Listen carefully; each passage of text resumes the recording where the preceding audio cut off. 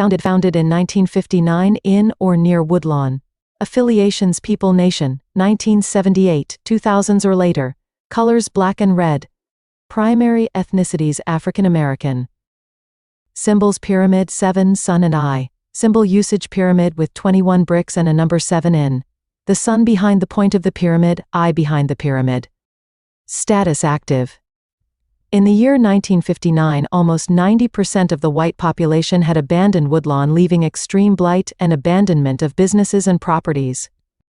Black street gangs from the more upper South Side, like the Devil's Disciples and Egyptian Cobras of the South Side, settled in Woodlawn to offer protection to the black community, as crime was growing and the Chicago police were brutal toward this new black community. However, within no time, Cobras and Disciples began feuding with each other, and in East Woodlawn the Cobras dominated. The Vice Lords were a rising organization from the West Side in 1959, and one of the founders had family on the South Side of Chicago, particularly in Woodlawn. Leonard "Cal" Calloway was one of the first 7 Vice Lords that helped put it all together, and before he was a Vice Lord, he was an Imperial chaplain. Cal was related to 15-year-old Eugene "Lil Bruce" Hairston. Hairston was no gangbanger before 1959, and was not even a native of Chicago. Hairston was born on May 1, 1944, and was raised in Columbus, Ohio in his younger years before his family moved to Chicago in 1955. The Hairston family first moved to the low-end east side of Washington Park and south side of Grand Boulevard, runs north-south between Cottage Grove, State Street, and east-west from around 55th-47th towards Roosevelt. In 1956, the Hairstons relocated to Woodlawn, I think over by Stony Island Avenue. Hairston connected with neighborhood pimps, hustlers, drug peddlers, and gamblers when he moved to Woodlawn, which got him his charisma and his ability to hustle on the side in turn.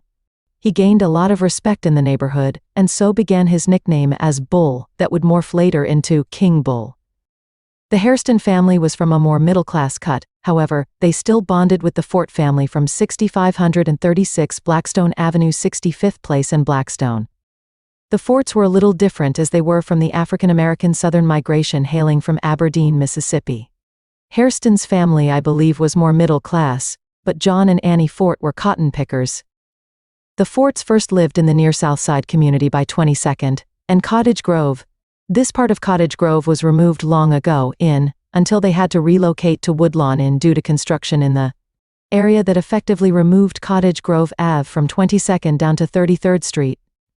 Both families seem to have relocated to Woodlawn in the same year of 1956, and they have bonded since.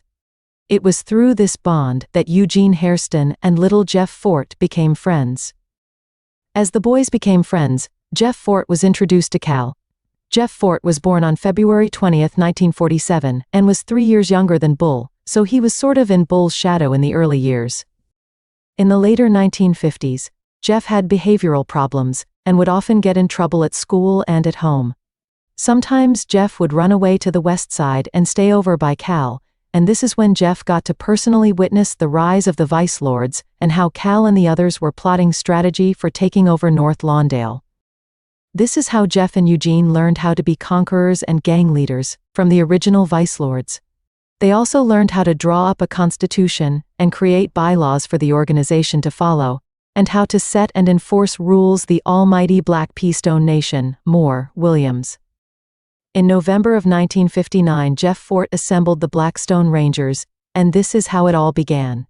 In the beginning, Rangers were said to be thieves that stole purses and broke into stores in the neighborhood. These boys also fought battles with the much larger Egyptian Cobras. Jeff and his family lived at the corner of 65th Place and Blackstone at 6536 Blackstone Avenue. Therefore, he made 64th Street down to 66th Street along Blackstone Avenue the turf of the Rangers. Eugene Hairston started his own gang at the same time he called the Harper's Boys, that was named after the street they formed on, which was between 63rd and 64th and Harper. The Harper's Boys were the same size as the Rangers with about a dozen guys, and they claimed Jackson Park was all theirs, as they guarded between 63rd, down the 67th, along Stony Island Avenue. Even though Fort and Hairston and their families had been friends for the past 4 years, and they both were inspired by the Vice Lords, once they broke off to start their own gangs, they became bitter rivals. Not only did each of their gangs fight the Egyptian Cobras and the Devil's Disciples north and west of them, they also fought each other tooth and nail, which led to the shooting of Carl Robinson. The Rangers shot Carl with a zip gun, and now the Harper's boys were furious, and the rivalry became worse. The two gangs would fight each other for dominance, but there was no winner. Jeff Fort's group gained more notoriety in the community, as Blackstone Rangers were reported more often, and watched by authorities, as opposed to the Harper's boys that were often just referred to as being members of the Rangers, the almighty Black Pea Stone Nation. Moore, Williams. In the year 1960, Jeff Fort went on a conquest to conquer the intersection of 63rd and Stony Island, which he wanted to call the Enchanted City. It was a bad area of the neighborhood with prostitutes standing on the corner night and day. Fort thought he could interact with the people here and dominate this corner to make rules of conduct for everyone. Kind of like a socially engineered society. He felt he could help keep the community safer by controlling the criminal groups. As he tried to take this corner, he ran into too many wars with the Harper's boys and other gangs. Therefore, it couldn't happen. Brune and De La Sella Jr., November 1988. The making of Jeff Fort. In the year 1960, Jeff Fort and Eugene Hairston realized they couldn't defeat each other. Therefore, they combined forces as one organization. Eugene Hairston did not like the name Blackstone Ranger, but because it was the recognized name on the streets, and the Harper's boys' name was not so much, Hairston reluctantly accepted the name, the almighty Black Pea Stone Nation. Moore, Williams. In 1960, Hairston wasn't nominated by the Rangers as the chief, nor did he take it upon himself. He was appointed by a higher power in the neighborhood. Hairston always had connections with small adult African American syndicate groups in the area, and he was mentored by them and did favors for them. Now the syndicates wanted to work directly with Hairston's gang. The syndicates saw how the Rangers could be vicious, and how they had incredible influence on the streets of Woodlawn, therefore they saw opportunity. These syndicates were neighborhood drug dealers, pimps, illegal gambling operators, and worked as fences. They even had their hands in the policy racket. The syndicates had plans for these boys, and were willing to pay them money to be drug couriers, collect extortion payments, or even kill for them if needed. If a contracted killing needed to be done, these syndicates would hire the boys to carry out the hit.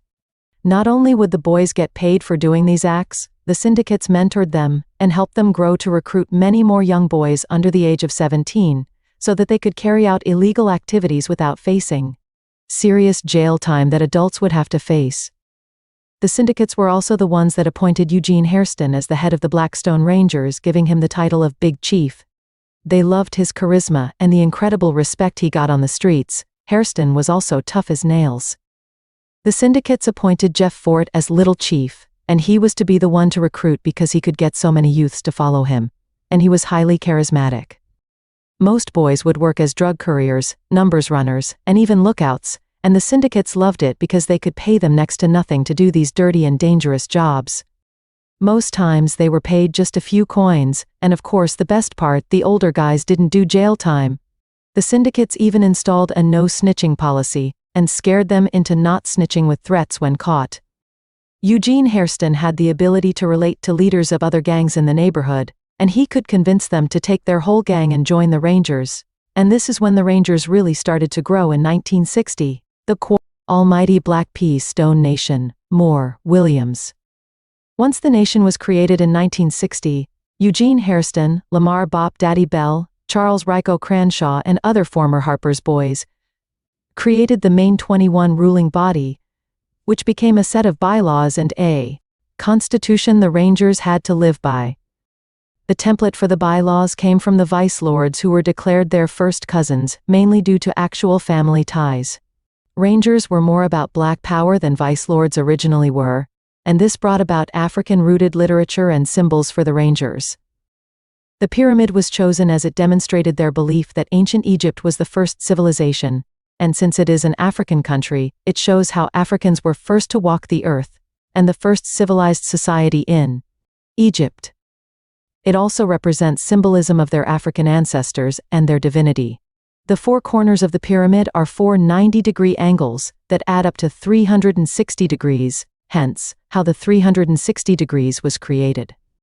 Each side of the pyramid had its own meaning, representing earth, fire, air, and water. The pyramid was given 21 bricks to symbolize the ruling main 21 body. The colors of black, green, and red were adopted, as these were Pan-African colors. Main 21 does not refer to 21 members in it, but I'm not sure why the name was chosen. The Almighty Black Peace Stone Nation, Moore, Williams. The first conquest as a unified nation outside of Woodlawn for the Rangers was to the South Shore neighborhood in 1960. The Rangers spread south of 67th Street, out of the Woodlawn area, into the South Shore neighborhood, conquering an area of the neighborhood that was first being settled by African Americans around 67th Street. On the north, 71st Street on the south, Stony Island on the east, and the Illinois Central Tracks on the west by Dorchester Avenue. Rangers grew in popularity with newly arrived South Shore African American youths because they offered protection, especially from rival Devil's Disciples and Egyptian Cobras that had already settled the neighborhood first. This was the beginning of a long and permanent legacy of the Black Pea Stones in this coveted community. Over the decades, big-time Stones have bought houses and ran some of the toughest decks in the city on these streets. Much of Black Pea Stone leadership has called these streets home since 1960 up to the present day. 1960 was also the year Black Stone Rangers would spread to the greater Grand Crossing neighborhood. This was a neighborhood that faced some of the same racial battles in the 1950s as Woodlawn, and now by 1960 Greater Grand Crossing was 85% African American, and was left as a blighted and impoverished community that became highly dysfunctional. The Rangers came here to support the Black community struggling in this redlined community. Rangers came to deal with growing crime that victimized the Black community, but within no time Rangers battled Egyptian Cobras and Devil's Disciples that were here previously. Great Grand Crossing became a permanent home to the Stones for decades to come to the present day. Also, as early as 1960, the Rangers were receiving assistance from the Woodlawn Lutheran Church and the Woodlawn Boys Club. These organizations needed to provide services to the Rangers because it helped inflate their budgets so they could keep getting more money. They sheltered the Rangers by giving them sanctuary so they could better organize, along with technical assistance so they could grow. This also connected the Rangers with other institutions that would give Ranger leaders credibility. This is how the Rangers were given the tools needed to become an organized group, but it also opened the door to more recruitment as the early 60s continued. The Almighty Black Pea Stone Nation, Moore, Williams. As I stated earlier, the syndicates used the Rangers to do their dirty work by carrying out hits or committing other small crimes. All this caught up with Ranger leadership as Jeff Fort and Eugene Hairston would do some time in a juvenile detention center in 1961. This was the first time Ranger leadership was locked away, but the Rangers continued thanks to the interim leadership of Charles Bear Edward Bay. The boys were let out in 1962. In 1962, the Rangers received a large boost in size when they converted the Egyptian Cobras into Black Stone Rangers as Cobra Stones. Mickey Cogwell took over this organization, which put Black Stone Rangers in the Robert Taylor projects, and this is how Black Pea Stones first came to Englewood, after many Cobras flipped to Stones, whether they were Cobra Stones or another Ranger faction. During the years 1962 until 1964, the Rangers experienced quite a bit of growth, multiplying into the hundreds in size, and absorbing several gangs into the Rangers. But the bigger growth spurt would come in the latter half of the 1960s decade, especially when money started to flow into the organization without young Rangers needing to split heads for pennies. It was a relief when Rangers began roping in legitimate money from sympathetic organizations. There was also a cry out for help from the community after a very nasty 1964 war between Rangers and Disciples, as both gangs were growing, and their territories were now very close to each other. Both groups simultaneously embarked upon a further South Side settlement conquest to combat racist reactions to blacks moving into white neighborhoods. In 1964, Jeff Fort's adult record began when he was thrown in jail for a short time for robbery. In 1964, the Rangers spread their influence south of 79th Street as they crossed into the Chatham-Washington Heights, Auburn, Gresham, and Roseland communities. There was much racial strife in Roseland and Morgan Park, as battles between whites and blacks were becoming intense. The Rangers arrived to support black youth suffering these conditions. In Chatham, the neighborhood was already majority black, but suffered some of the same socio-economic issues as Greater Grand Crossing. In the Auburn-Gresham community, black migration had just begun. Larger black migration and white flight and racial tensions were building. Roseland was at the center of these racial issues on the further south side, which was the hub of all Blackstone Rangers' further south side settlement. Most of the Rangers were concentrated in the 95th and Wentworth area, in and near the Loudoun projects, which were run by the Syndicate Rangers Group. During this campaign, Rangers also settled in Washington Heights in the most eastern part of the community, as 1963–64 was the time when white flight accelerated and black migration increased. Racial strife soon followed. One may ask what I mean by racial strife. From speaking to many over time from these areas and similar white flight areas around the city, it can be any or all of these behaviors. Bullying in school. Many times white youths would pick on black students by calling them racial slurs, or treating them as less equal. Teaching staff. Unequal treatment for black students. Oftentimes when white and black students would conflict, or even if black students would get in trouble in other ways, black students were punished harsher. Sometimes black students were even accused of issues they were not part of. Unfair neighborhood boundaries. After restrictive covenants were banished by the Supreme Court in 1940, 8 communities established, sometimes agreed upon, racial boundaries in neighborhoods where blacks could not be seen venturing into declared white areas. The problem was, in these changing neighborhoods, the boundaries were decided by the whites, and often included all the public facilities like pools, parks, shopping areas, etc., often leaving blacks no choice but to venture into these areas and face violence or taunting. Unfair police treatment. As black residents became new in white neighborhoods, they were watched by police closer, questioned by police more frequently, and questioned whenever a crime was committed without just cause. When fights between blacks and whites happened, police would not arrest the whites, and often brutally arrested blacks involved. These are just some of the behaviors that black residents faced in these changing communities. This is mostly lost history, because these issues were often short-lived because most whites took part in white flight rapidly, and the racial issues were forgotten, especially as groups like the Rangers ended up focusing more on conflicts with the rival disciple groups. It is important to understand that the original cause was conflict between black and white, even if it was within less than a 1-year duration. After the Stones migrated to Roseland, Washington Heights, Auburn, Gresham, and Chatham, these communities became major strongholds for the Black P. Stones for generations to come, as these became large outposts and permanent homes for the Stones, and it all started in 1964. In 1964, the Rangers went on a major recruitment drive in the south suburbs of Chicago. In the suburbs of Robbins and Ford Heights, heavy poverty had settled in, as these suburbs were struggling as all-black communities, which made it very difficult to obtain state aid, causing unfair conditions and poverty.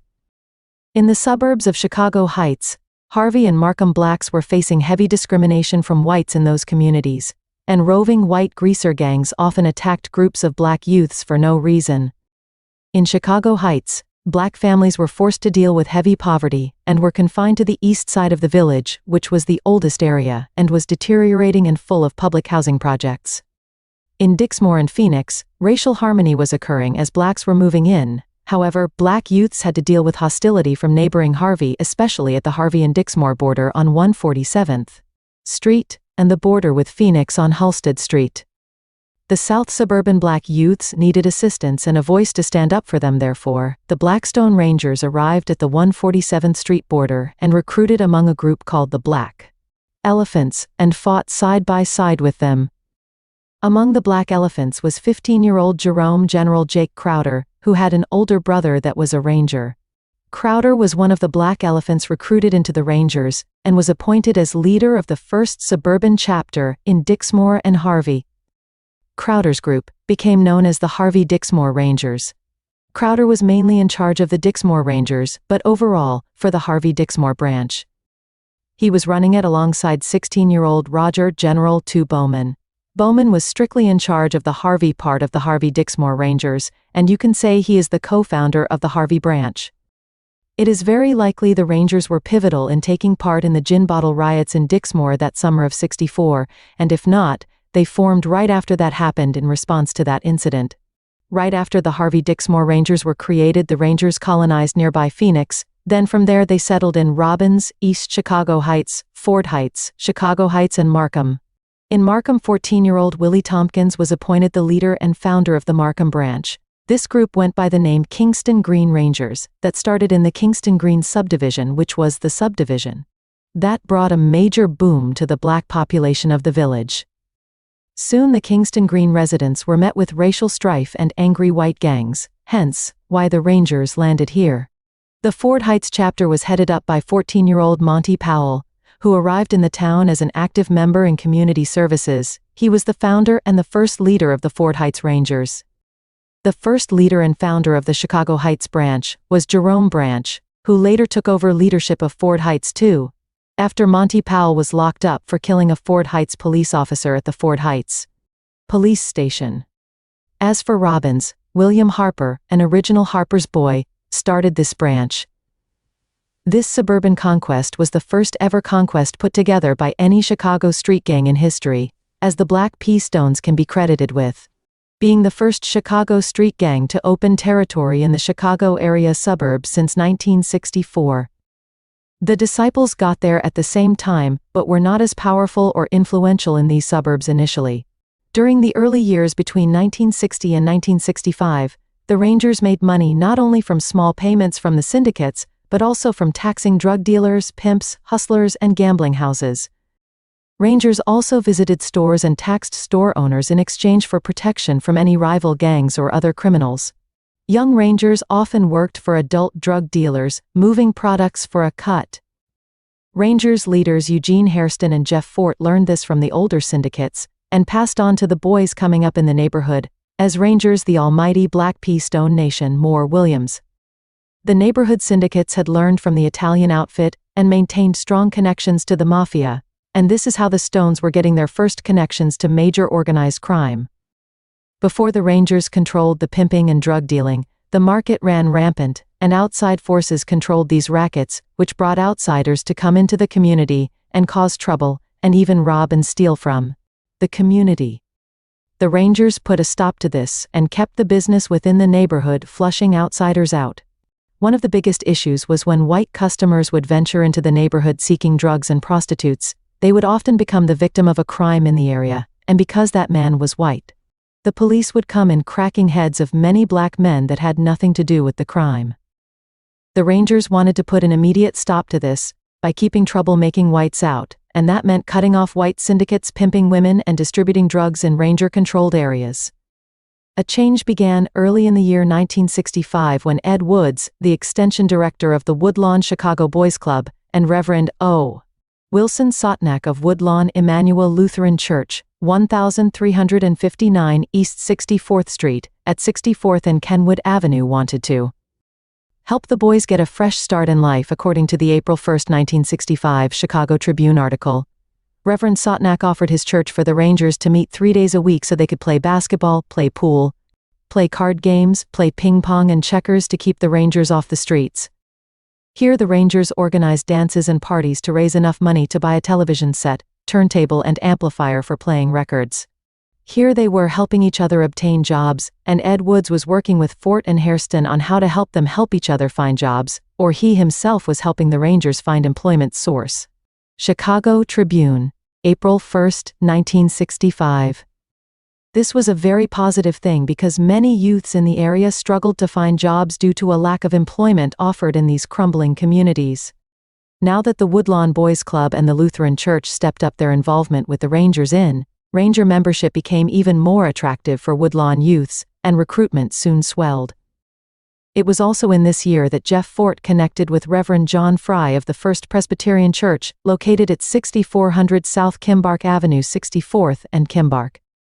Fry wanted to connect with Jeff Fort, who was always the visible leader of the Rangers since the beginning, as Hairston was more behind the scenes, therefore Fort was the one to talk to. Fry wanted the boys to come to the church and have meetings there, so they could learn to become a community-based organization, instead of being a street gang. Fry was offering the Rangers key guidance that would become pivotal with their connections with several organizations that would pay money to the Rangers to provide public services to neighborhood youths. The church became a major hangout for the Rangers as they threw wild parties in the gymnasium and even stashed several guns in the basement. Reverend Fry and other members of the clergy there said they had the intention of preventing gang wars between disciples and rangers. However, the disciples were not taken in by the reverend. Residents of the community, law enforcement, and even higher-up religious figures were very suspicious of this relationship, and even criticized Reverend Fry for controlling the rangers. Such an allegation he and the rangers denied. The church worked with the Woodlawn organization TWO by operating a Head Start program that had a specialty with job training for adults. This was a prime opportunity for the rangers to be incorporated in with the program, and this is what legitimized the rangers and got them on the payroll funded by TWO and the church. Several Blackstone Rangers were now on the payroll and earning a salary just for attending meetings and guiding neighborhood youths with tools needed to try to obtain employment or to organize events that kept youths off the street. Now Rangers could afford bush-top fade haircuts and Converse gym shoes that were worth quite a bit of money back then. They wore khakis and white t-shirts, setting the fashion trend for the whole neighborhood. Kids in the neighborhood looked at the Rangers' styling and now wanted to become members, and the growth soon boomed going into 1966 as the Rangers started to become an empire, the almighty Black Pea Stone Nation. Moore. Williams. The Rangers in 1965 had 200 members, but that number is just what was on record. There were hundreds more city-wide. Beginning in 1966, major recruitment of other street gangs from neighborhoods like Englewood, West Englewood, Grand Boulevard, Douglas, near South Side, Oakland and Kenwood began. As the Stones were now spreading north, Rangers were even able to flip gangs up north in the near North Side neighborhood in the Cabrini Green projects. The Stone Nation now basically became an unofficial alliance of gangs coming together under one umbrella, as gangs within this alliance were adding to their gang's name either Ranger or Stone. Each gang still would operate independently. This was also done to keep up with the rival Disciple alliance that was being built up around the city, as more gangs were going by the last name Disciple. Thanks to this confederation, the Rangers were now numbered at members as far north as 31st Street. Even though the facts say, on record, there were thousands more. By 1966, Jeff Fort had begun to read about Islamic teachings. I am not positive if he converted to Islam at this time, but he was for sure exploring many of the teachings by this point in time. In December of that year, Jeff Fort gave an idea to Eugene Hairston to create an official alliance of street gangs under the name Black Peace Stone, or Black Prince Stone Nation. This idea delved deep into Islamic teachings deriving from the Black Stone of Mecca that is believed by Muslims to have come from heaven to earth through Archangel Gabriel. This stone has long been part of a sacred ritual requiring the faithful to travel to the Kaaba, which is a chamber that holds the stone in the center of the Masjid al-Haram mosque. It is Muslim belief that the black stone was received by Adam to be used at an altar of worship. Gabriel then brought the stone to Abraham to use on an altar that was to be used to sacrifice Abraham's son Ishmael. It was also said this stone was discovered by Abraham and Ishmael while looking for stones to build the Kaaba, which they used in the building's cornerstones. These teachings somehow tie into the month of December, which was the exact month Jeff Fort created the Black Pea Stone Alliance, and the name was born. The Dixmoor Rangers was just one of the 15 branches of the Rangers. There were also the 113th Street Rangers from the Roseland area. Other ranger groups were the FBI Rangers, Golden Rangers, Maniac Rangers, Imperial Rangers, Syndicate Rangers, Russian Rangers, Cossack Rangers, Gypsy Rangers, Traveling Rangers, and the Dixmoor Rangers. The gangs that adopted the last name of Stone were Cobra Stones, Gangster Stones, Apache Stones, Cherokee Stones, Nova Stones, Rolling Stones, Egyptian Stones, Nomad Stones, Pimp Stones, and Four Corner Stones. Englewood was an important turnout because the Rangers were able to take over from 69th Street down to 75th Street. Once the coalition and conversion of gangs happened in 1966, the Englewood chapter would grow larger, especially between 54th to 56th Street in the back of the Yards, Englewood, and West Englewood areas. The Garfield Boulevard zone was heavily contested by the Disciples all the way down between Englewood and West Englewood. The Rangers were trying to run it at Disciple expense. Not only did Rangers over here battle ferociously against the Disciples, they also fought white and Hispanic gangs from just over the Garfield Boulevard border. Garfield Boulevard is the dividing line between back of the Yards and both Englewood neighborhoods. The back of the yards community was still very white back in the 1960s, and the first half of the 1970s, and gangs like the Gaylords and Latin Souls fought savagely against the Disciples, but now the war with Rangers heated up. By 1966, it got so bad over here that Gaylords and Latin Souls considered a truce with the Disciples on several occasions because of how badly the Rangers fought against them. These hard-fought battles made the Rangers a major force to be reckoned with on that Garfield Boulevard border, and in later years this corridor gave birth to the Rubinite stones and the jet black stones. Rangers would also eventually take turf in the back of the yards and cross that Garfield Boulevard border, taking over a good piece of 54th Street and all the way up to 51st Street. All this Englewood turf from 51st to 57th became known as Motown. Another legendary takeover was in the Oakland neighborhood at the intersection of 39th and Lake Park Place right outside the lake. Park Meadows public housing projects and 43rd and Indiana in the Grand Boulevard neighborhood. This is when the Rangers met Randy Rube Dillard, who ran 43rd, and Herbert Thunder Stevens, who ran 39th. In 1966, these two men took their gang into the Ranger Nation as Four Cornerstones. From here, Rangers spread very quickly into the Ida B. Wells public housing projects and the Clarence Darrow projects, especially in the 727 East 38th Street building in the Darrow homes. At first this group was known as the Four Corners, and I wonder if this was the same Four Corners gang that started in the 1930s at 35th in Indiana that the Rangers flipped? If so, that is some very deep history. Another legendary settlement for the Rangers was in the near North Side community in the Cabrini Green public housing projects. The Rangers met with gang leader Samuel II Mac Dillard and brought him and his gang into the Ranger Nation, and this is the story of how the Stones came to Cabrini Green in 1966. Rangers also landed on the west side of Chicago in 1966. Rangers were in the North Lawndale area attempting to settle this area alongside Egyptian Cobras and Vice Lords.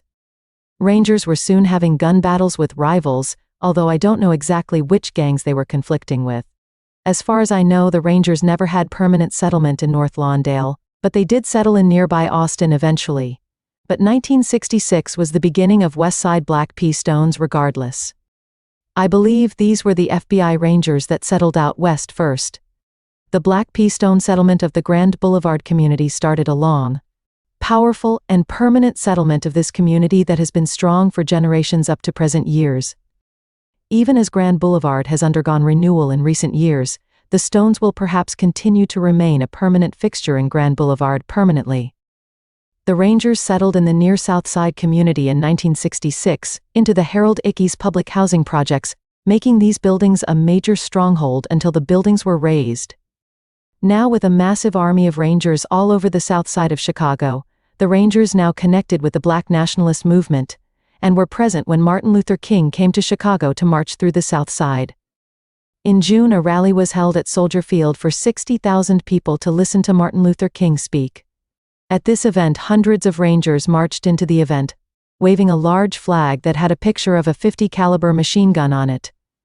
The Rangers surrounded the upper deck of the stadium, making many people frightened. However, there was no violence at all or ill will. The Rangers were simply introducing themselves to the Black Liberation Movement and the SCLC Southern Christian Leadership Conference. This is what began the Rangers' connections to the Black nationalist and Black Power movements. After taking SCLC non-violence workshops, the Rangers were able to march alongside Martin Luther King as he made his legendary marches into white neighborhoods that summer, the almighty Black P. Stone Nation. Moore, Williams. Chief Bull was especially all about being a Black Power movement, and by 1966, he started encouraging Rangers to start wearing afros to show more Black pride. Hairston also opposed drugs, whether it was for personal use or for narcotics trafficking. The only vice Hairston had was smoking marijuana and drinking alcohol. But Jeff Fort didn't even smoke marijuana or use any drugs or alcohol. Heck, he didn't even use curse words. Eventually, Rangers would connect with the Black Panthers. An old tale spun mostly by law enforcement that told a story that Jeff Fort ran the Panthers out of Chicago by pointing over guns at them. But this is far from the truth.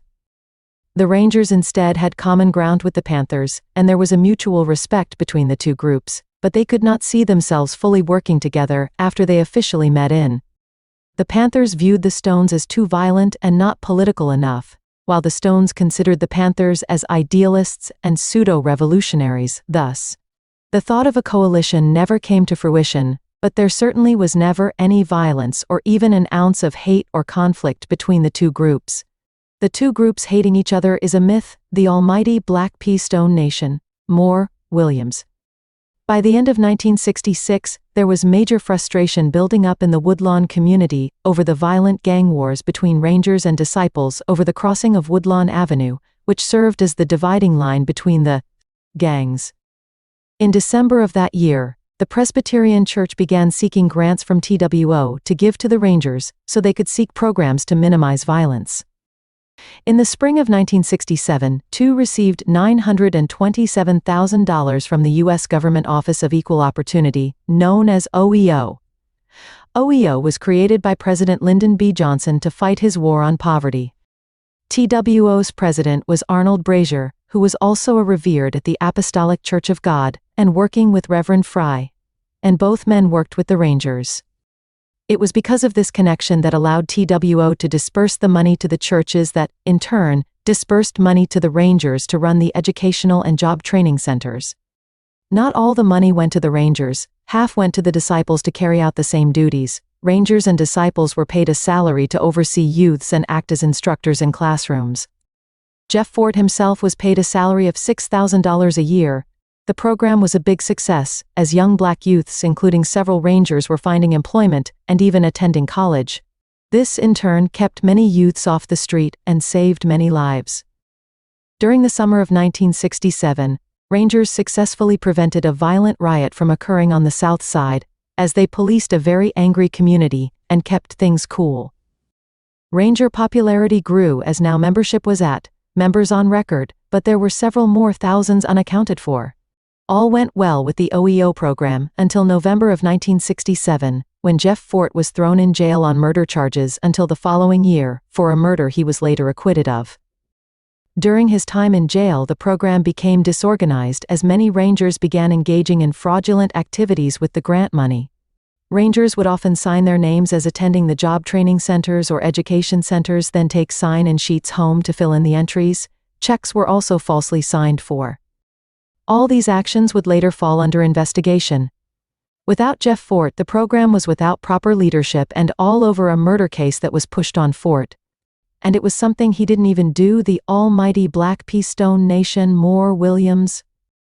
To make matters worse, Eugene Hairston was arrested and put in jail in September of 1967 for conspiracy to commit murder. He would remain in jail during his trial that continued until May of 1968.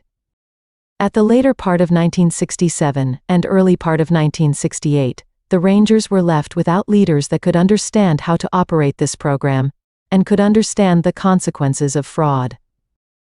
Overzealous law enforcement became a major problem for the Rangers heading into 1968, as police closed in very sharply on the Presbyterian Church. Law enforcement pinned the staggering 1967 crime rate stats on the Rangers. Law enforcement also criticized the church and revered Fry for harboring these boys and letting them store stockpiles of weapons in the church. Reverend Fry did admit there was a stash of guns in the church, but it was for the purpose of collecting the weapons, so they could be off the street to keep the streets safer. The weapons were then locked in a safe. However, Rangers often did transfer guns in and out of the church. Boys would drink and party in the church, but Fry said there was nothing he could do about that, and his main mission was to just keep the Rangers off the street and away from violence, no matter what the cost. The church was then raided, and this time for the safe full of weapons. On the day they did the raid, Rangers happened to be meeting with agency representatives about employment and housing, while others played basketball. The weapons were indeed secure in the safe out of harm's way, but police still raided the church, and it was said they were verbally abusive while disrupting positive programs, the almighty Black Pea Stone Nation. Moore, Williams. The police began to declare war on the Rangers heading into 1968, which resulted in several false arrests on mostly Maine 21 members. Charges were dropped against Lee Jackson, Melvin Bailey, Alan Christmas, James Lofton, and Leonard Sengali. Illegal search and seizures, harassment, defamation of character, and even police beatings plagued the Rangers. This all led to the Rangers lawyering up, thanks to Eugene Hairston's connection with Charles Kettering and the Kettering Foundation. Eugene Hairston was on trial for soliciting 4 young boys to gun down 3 drug dealers at the intersection of 61st and Dorchester. The charges stated that Eugene Hairston ordered boys aged 13 to 15 years old to carry out the assassination of these dealers because they were taking money from the neighborhood by selling drugs, according to court documents. 13-year-old Dennis Jackson approached a car full of the dealers with a .45 caliber pistol and fired 6 bullets into the 3 men, 2 bullets apiece, killing Leo McClure and wounding the 2 others. Apparently, Prophet Paul Martin oversaw the hit from across the street and told the boys when to advance. Before shooting the men, Dennis Jackson said, "I hear you were messin' with the chief." Source: The People vs. Hairston. Hairston was convicted and sentenced to years. He then was sent to Statesville. Law enforcement considered this a major victory, because they had been investigating the Rangers for years, with allegations of adult leaders soliciting young boys to carry out hits for them. Police knew the adult members would benefit because they avoided jail time, and the boys would only be lightly punished even for crimes as heavy as murder. Earlier in the decade, the neighborhood syndicates did the same to the young Rangers, paying scraps to carry out murders because young Rangers would get light sentences. Now the Rangers have grown up and learned from this way of handling business. The young ones enthusiastically carried out the hits because it got them recognized and got them respect. The pay wasn't big, and it really wasn't all about the money. In the murder case, Hairston was swept into. He paid the kids $6 in total to split and gave them a big plate of food, according to court documents. Source: The People vs. Hairston. During the trials, Eugene Hairston claimed his innocence, and even said the money paid to the boys was for their work as an usher. Paul Martin was brought up on the same charges with the same exact evidence presented, but he was found not guilty based upon the poor evidence.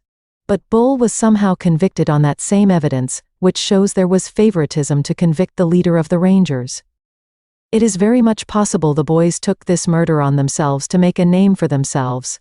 Then when trouble with the law came, they could have easily just pointed to Hairston. This type of thing always happened to gang leaders over the years. During the time both leaders were locked up, law enforcement closed in on the Rangers as a major war with the Disciples ensued until March 4, 1968. When Disciples and Rangers came together to call a truce, so they wouldn't lose their OEO money that paid them a salary of $45 a week. Starting the next day, anonymous tips supposedly poured in that the Rangers were stashing several weapons of destruction in multiple locations for the purpose of waging war against the police and the city. A meeting with a group of white communists was blown up after this group offered guns and grenades for a war against the U.S. The Rangers allegedly rejected the offer outright because it would be damaging to their organization, but the FBI and the papers blew it up as if the correlation was in the works. More harmful rumors circulated, and police were driving down hard on the Rangers on the streets. These rumors and investigations were false. But it became clear that law enforcement was desperate to dismantle the Rangers once and for all. 24-hour surveillance began on the Rangers as they were being made out to be a group of black nationalist terrorists, far from what they were about. What didn't help is that the feds flipped Maine 21 member George Watusi Rose, who gave lots of false information, including the story about the meeting with the white communists that never happened. Jeff Fort was released from jail in March of 1968. Fort then assumed control of the organization, as now there was lots of disorganization in the nation as branches were ready for full civil war. Especially a branch known as Imperial Lovers.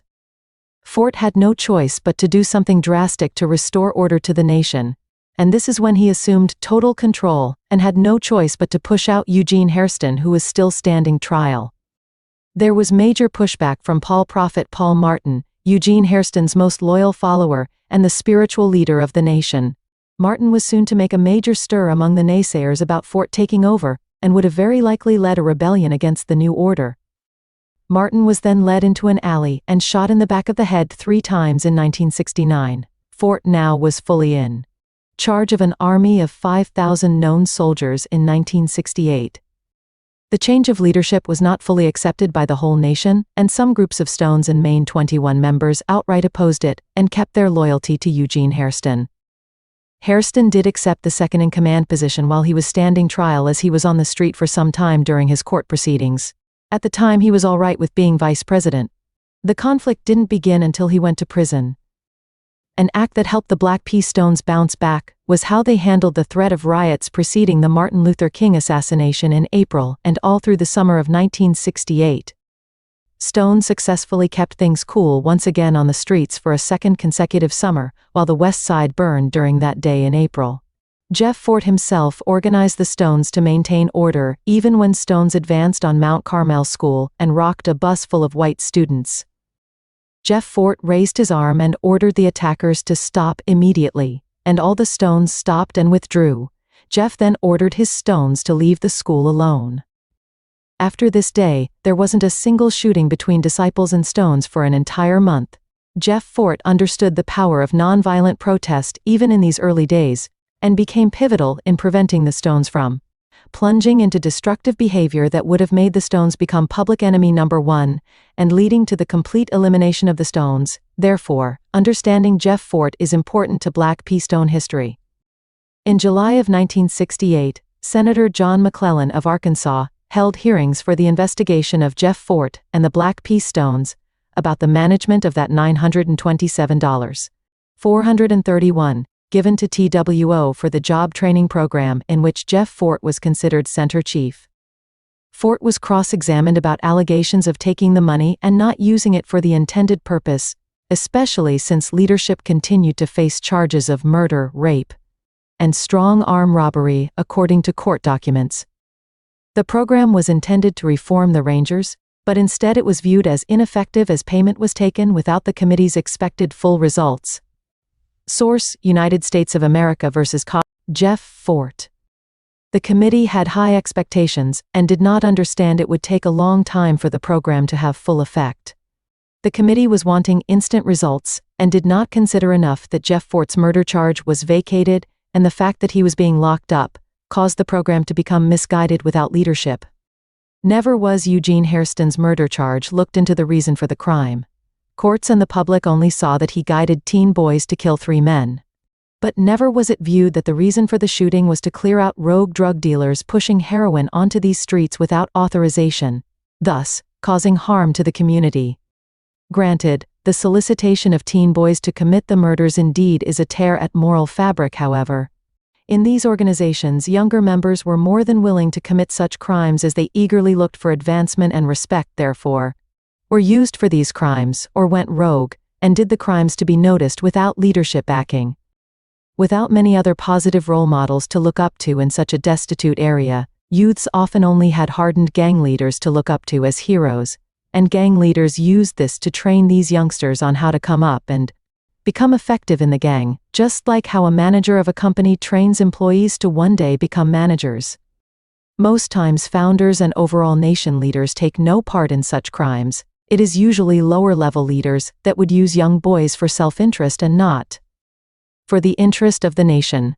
At the hearing, the only information Jeff Fort provided was his name, and once it got to asking him his address, his counsel advised him to say no more.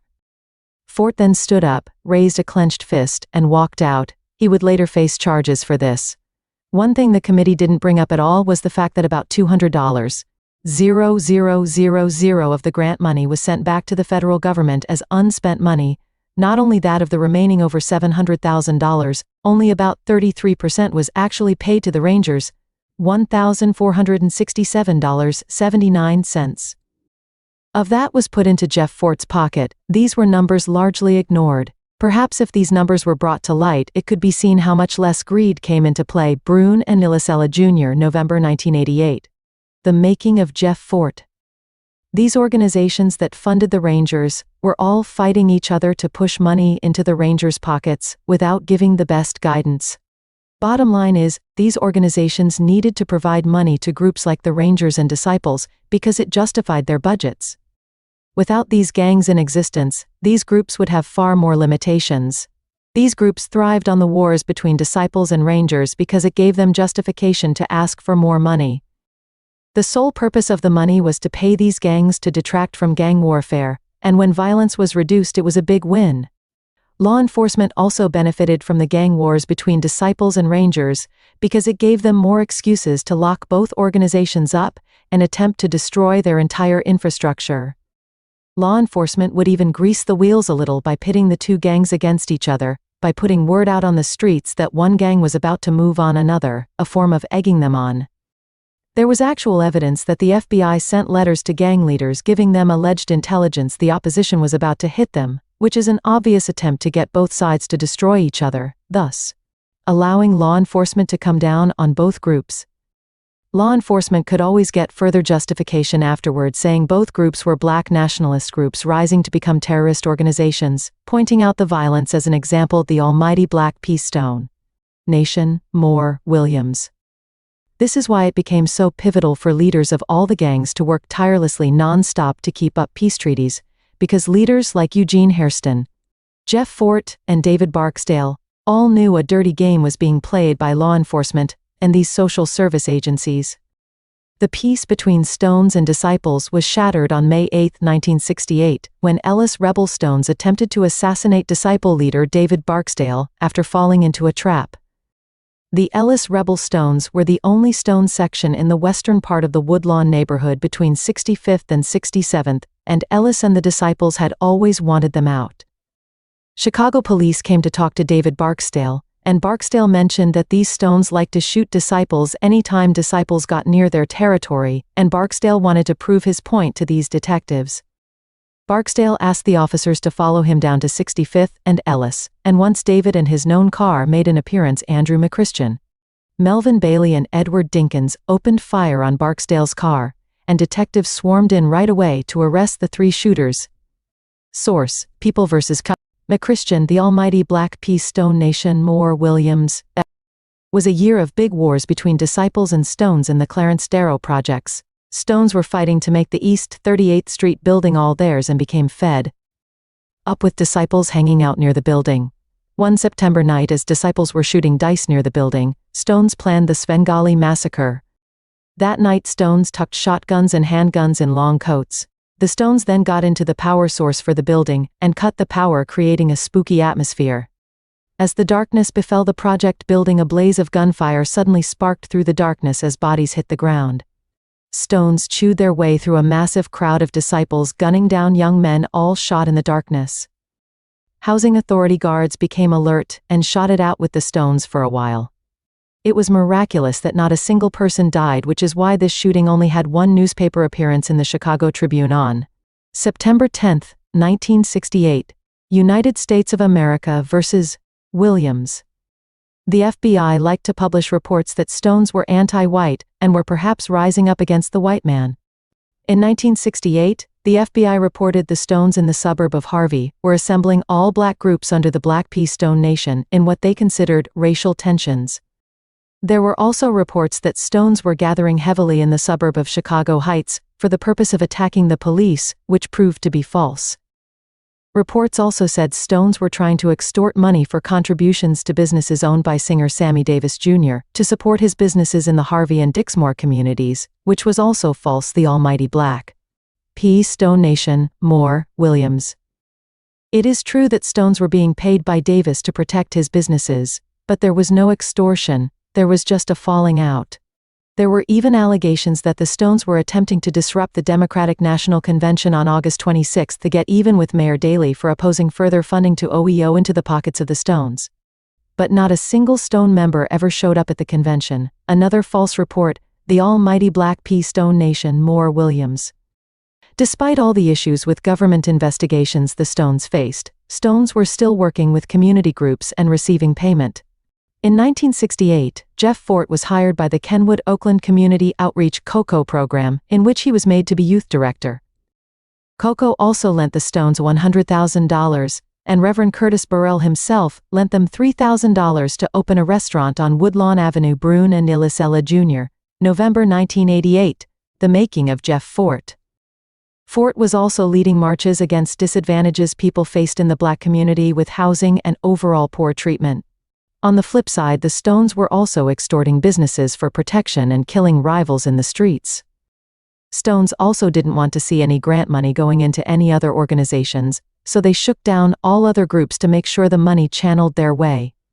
Not only that, business deals always fell through with organizations and individuals, including Sammy Davis Jr., as Stones accused them of trying to take advantage of them. This was the dark side of the Stones that caught negative attention, and of course all this was blamed on the highest leadership. However, running an organization with thousands of members had extreme challenges, and almost all this bad behavior was not passed down by the highest leadership and was actually condoned. Even the arrangement with Reverend Burrell eventually fell through in 1969 when Burrell became enraged that some Stones still demanded their paycheck even though they didn't want to do the work. When Burrell was confronted by a Stone one day demanding to pay him even though he wouldn't show up for work, Burrell fired a gun at the floor near the Stone because he was blocking Burrell's path. This all started a conflict between Stones and Burrell's backers, and Burrell was in danger until Burrell raised an army of hundreds of angry people in the community. The beef was eventually squashed, but this was a big example of how control was being lost with the community organizations. Despite the investigations on the Stones and Jeff Fort walking out on the Senate hearing in July of 1968, a major shock came to law enforcement when an Illinois politician sent an invitation to Jeff Fort to appear at the January 1969 presidential inauguration ball. Jeff Fort declined the invitation, and instead sent Henry Mickey Cogwell, the Cobra Stone leader, to the ball alongside Herman Moose Holmes, another Maine 21 leader. While Mickey Cogwell was mingling with high society politicians making the Stones look great, Chicago police were back home trying to arrest him for crimes, and even went to his house just to find out he wasn't there, and worst. Yet when they found out he was invited to the White House, they had a major fit. Law enforcement all over the Chicago area felt betrayed that Stone leaders were invited to this event. This event was further solidifying Mickey Cogwell's political connections, which of course would help connections to the whole Black P. Stone nation. In January 1969, Fort developed a business and warfare strategy by calling a truce and peaceful meeting with Supreme Gangster leader Larry Hoover. The Gangsters and Stones had been at war perhaps since the Supreme Gangsters formed in 1964. As of 1968, the Gangsters were now engaging in a bloody war with former close allies. The Disciples and Fort used this opportunity to establish an alliance with Hoover. Larry Hoover's Gangsters were built upon making money and hustling in the streets, while the Stones were on a similar page with making money. Larry Hoover accepted this alliance between the two nations, and a total ceasefire went on for about a half a year with some violence here and there. One violent incident involved the Double Six Kings, a Stone group from the 69th and Halstead area of Englewood, thinking the war was still on with the Gangsters. This ended up involving Larry Hoover's brother Charles Hoover, and this was the beginning of the end of the Stone and Gangster relationship. By the summer of 1969, the Gangsters allied with the Disciples to create the Black Gangster Disciple Nation. Since 1960, the Black P. Stones have been a money-making organization. The oldest way the Stones made money was to carry out favors and hits for adult small black syndicate groups on the South Side. Soon the Stones were making money just from imposing taxes on drug dealers, pimps, gambling dens and other small rackets.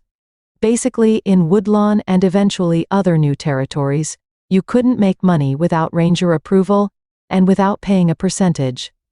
This was a hustle that worked for many years since the 1960s, and the Stones also developed the way of making money by visiting local businesses and offering paid protection. There have been many criticisms to this tactic, because business owners were left with no choice but to pay the Stones to protect their property, or the Stones would not only leave the business vulnerable to attack, they would also rob that store since it wasn't on their list. The paid protection was scandalous because it assured that Stones would not attack the store, which is basically paying someone to not mess with your own property, very hard to swallow. But one has to view this from another perspective. Woodlawn, Englewood, West Englewood, South Shore, Bronzeville area became very high crime areas in the 1960s, and not only would gangs rob and steal from businesses, criminals hit these locations, making the store owners highly vulnerable to being robbed and vandalized. When the Stones offered protection, not only did they stop their own members from victimizing the business, they also posted signs on the businesses warning the community and visitors that this was Black P. Stone property, and if you dared attack, there would be dire consequences.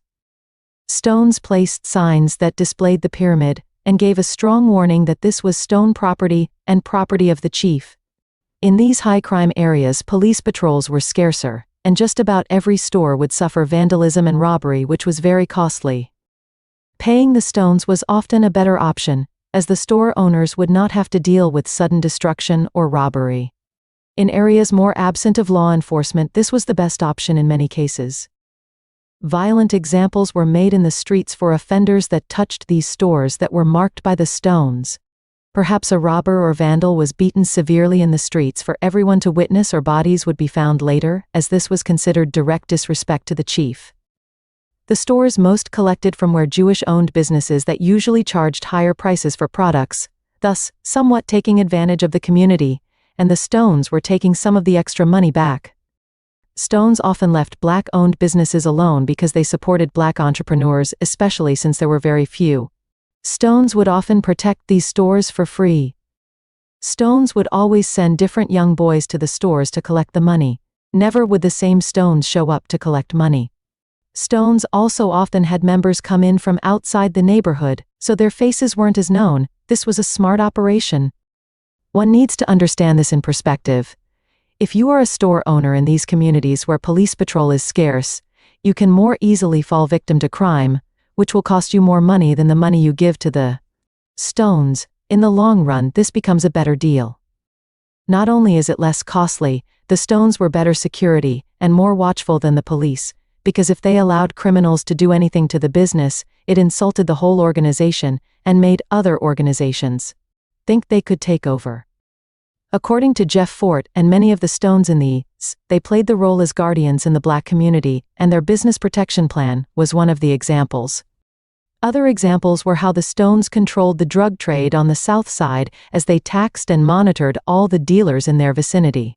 Not only was this arrangement beneficial financially to the stones, but it was also a way the stones could control how the business was carried out and what types of customers come into the neighborhood. The stones themselves were not drug dealers, and rules forbade the sale and use of drugs for the nation in the 60s.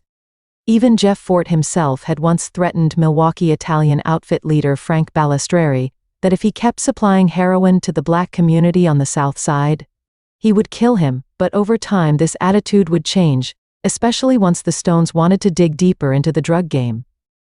The main reason Eugene Hairston was locked up in prison for the 1967 murder was because the charges stated he was removing 3 heroin dealers from the neighborhood. These were non-gang-related couriers that were bringing the dope to the community off the radar from the Rangers. Hairston himself always wanted to remove any Italian outfit-connected dealers of any sort, therefore, any direct connection to the outfit was prohibited in Stone territories. This attitude would all change when Mickey Cogwell explored the possibility of involving the Stones in the direct sales of drugs on the streets. Cogwell had friends that were connected to the Chicago outfit, and Cogwell had been working with outfit members for some time in his involvement with the policy numbers racket. Cogwell also worked with the outfit to control several restaurants, nightclubs, and hotels in the black communities on the south side and west side. He also was known for providing muscle to extort business owners to unionize under the outfit-controlled restaurant unions. Since government funding had mostly dried up by 1969 due to the Senatorial investigations, Mickey Cogwell and Rico Cranshaw were the first Stones to bring the nation into the direct drug trade business. Chicago Police Department's GIU, the group claims to have photos and surveillance of Stones and Italian mafia associates meeting to discuss this business. The first of these meetings was with Joseph Little Caesar DeVarco, Joseph Big Joe Arnold, and Morris Lasky. I don't know the full extent of the deals, but this was supposedly when the Stones began to directly partake in the drug trade, mainly in heroin and prescription teas and blues. The motivation for this connection was because Stones needed the money, as their numbers had exceeded 6,000 members by 1969, and the legitimate forms of money they were receiving prior were either non-existent or minimal. The Stones were the first gang to engage in higher-level drug marketing, and this is how Jeff Fort got the reputation as being the king of the heroin business on the south side, even though he was not involved in this early deal. This started out a deal for just Cranshaw's Stones and Cogwell's Cobra Stones, the almighty Black Pea Stone Nation, Moore, Williams. Because of this business deal with Cogwell, this is how the first major heroin distribution business came to the Robert Taylor projects, especially in the Hole. the cluster of 3 buildings around 53rd and State in the Washington Park neighborhood.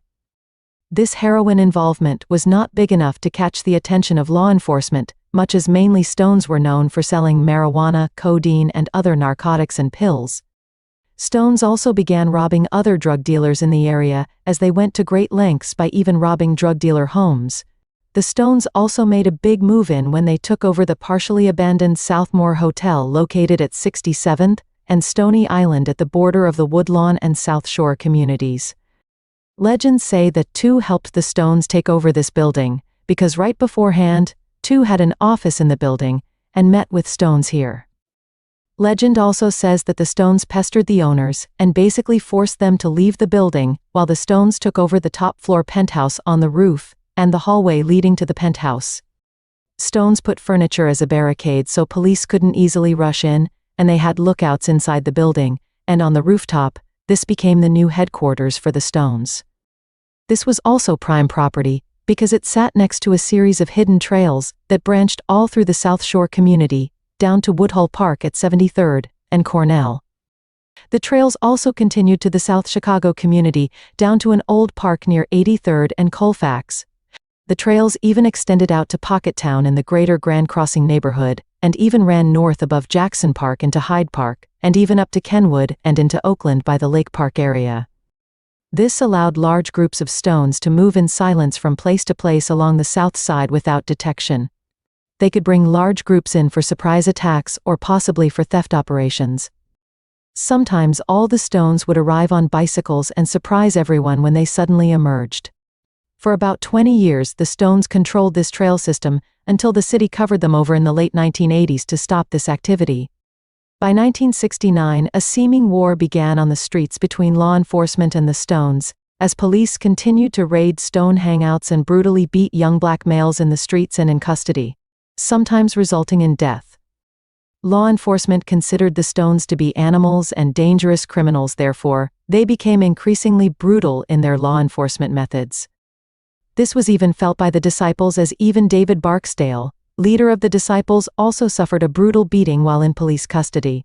Frustrations boiled over until a March shooting of police officer Richard Peck brought the Stones into a bigger spotlight.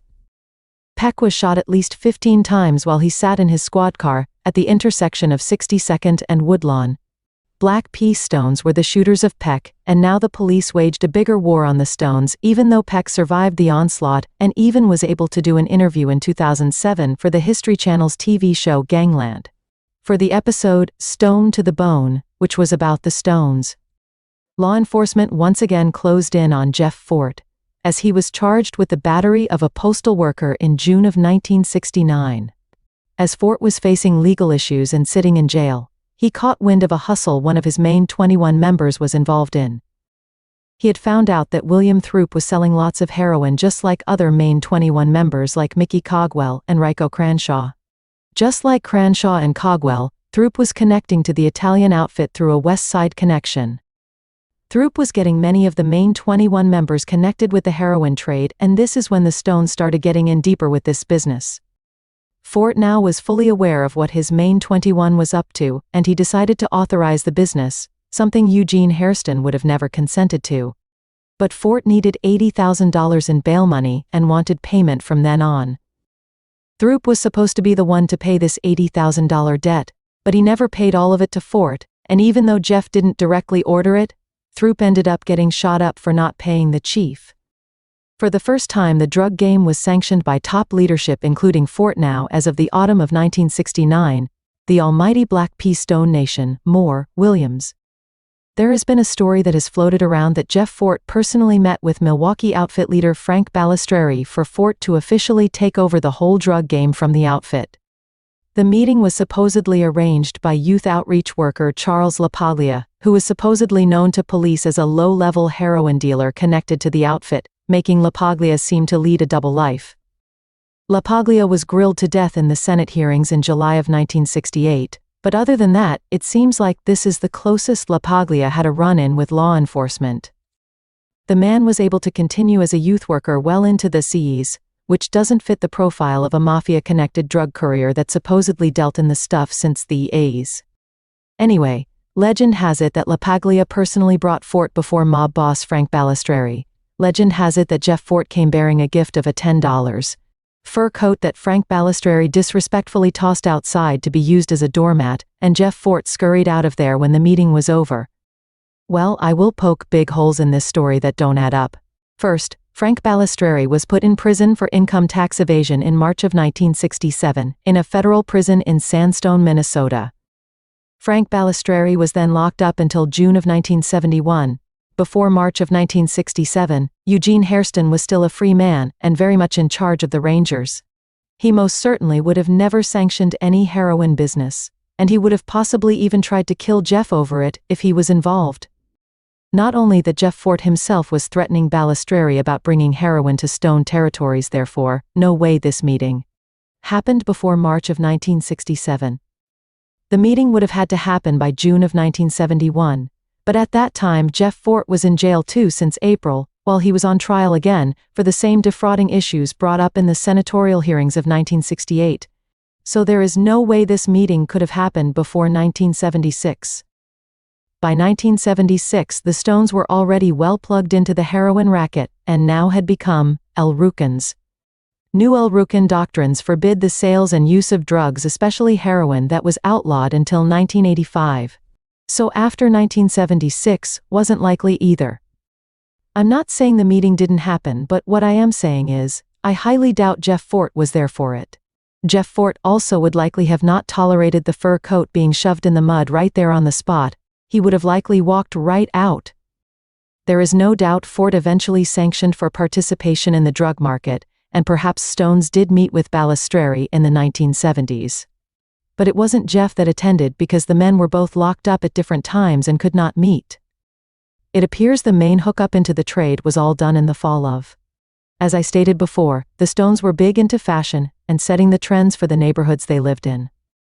By the later 1960s they wore the afros accompanied with dark Ray-Ban sunglasses, combat boots and red berets.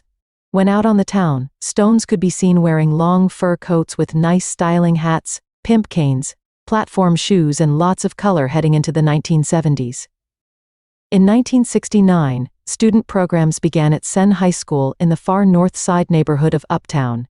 This bussed in many South Side black youths to this school, including members of the Black P. Stones. Soon, many black families found Uptown to be an affordable community, although it was blighted and impoverished. It was a mostly impoverished white community, and when the Stones settled in this neighborhood in 1969, white gangs became infuriated, like Gaylords and Uptown Rebels that both started here that year, due to increased black and Hispanic migration. The crime rate happened to increase too, which was blamed on black and Hispanic families. Therefore, the Stones settled these streets to protect the black community. The Uptown Black P. Stone settlement was the first Black P. Stone section to settle on the north side of the city.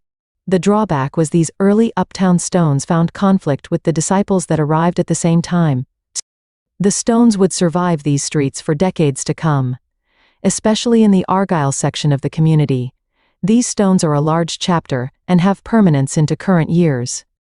In 1969, black migration came to the more southern streets of Roseland, as black families were moving more south of 95th Street. As black families moved further south in Roseland, they began crossing the eastern and southern borders into the Pullman, West Pullman, Morgan Park, and Riverdale communities.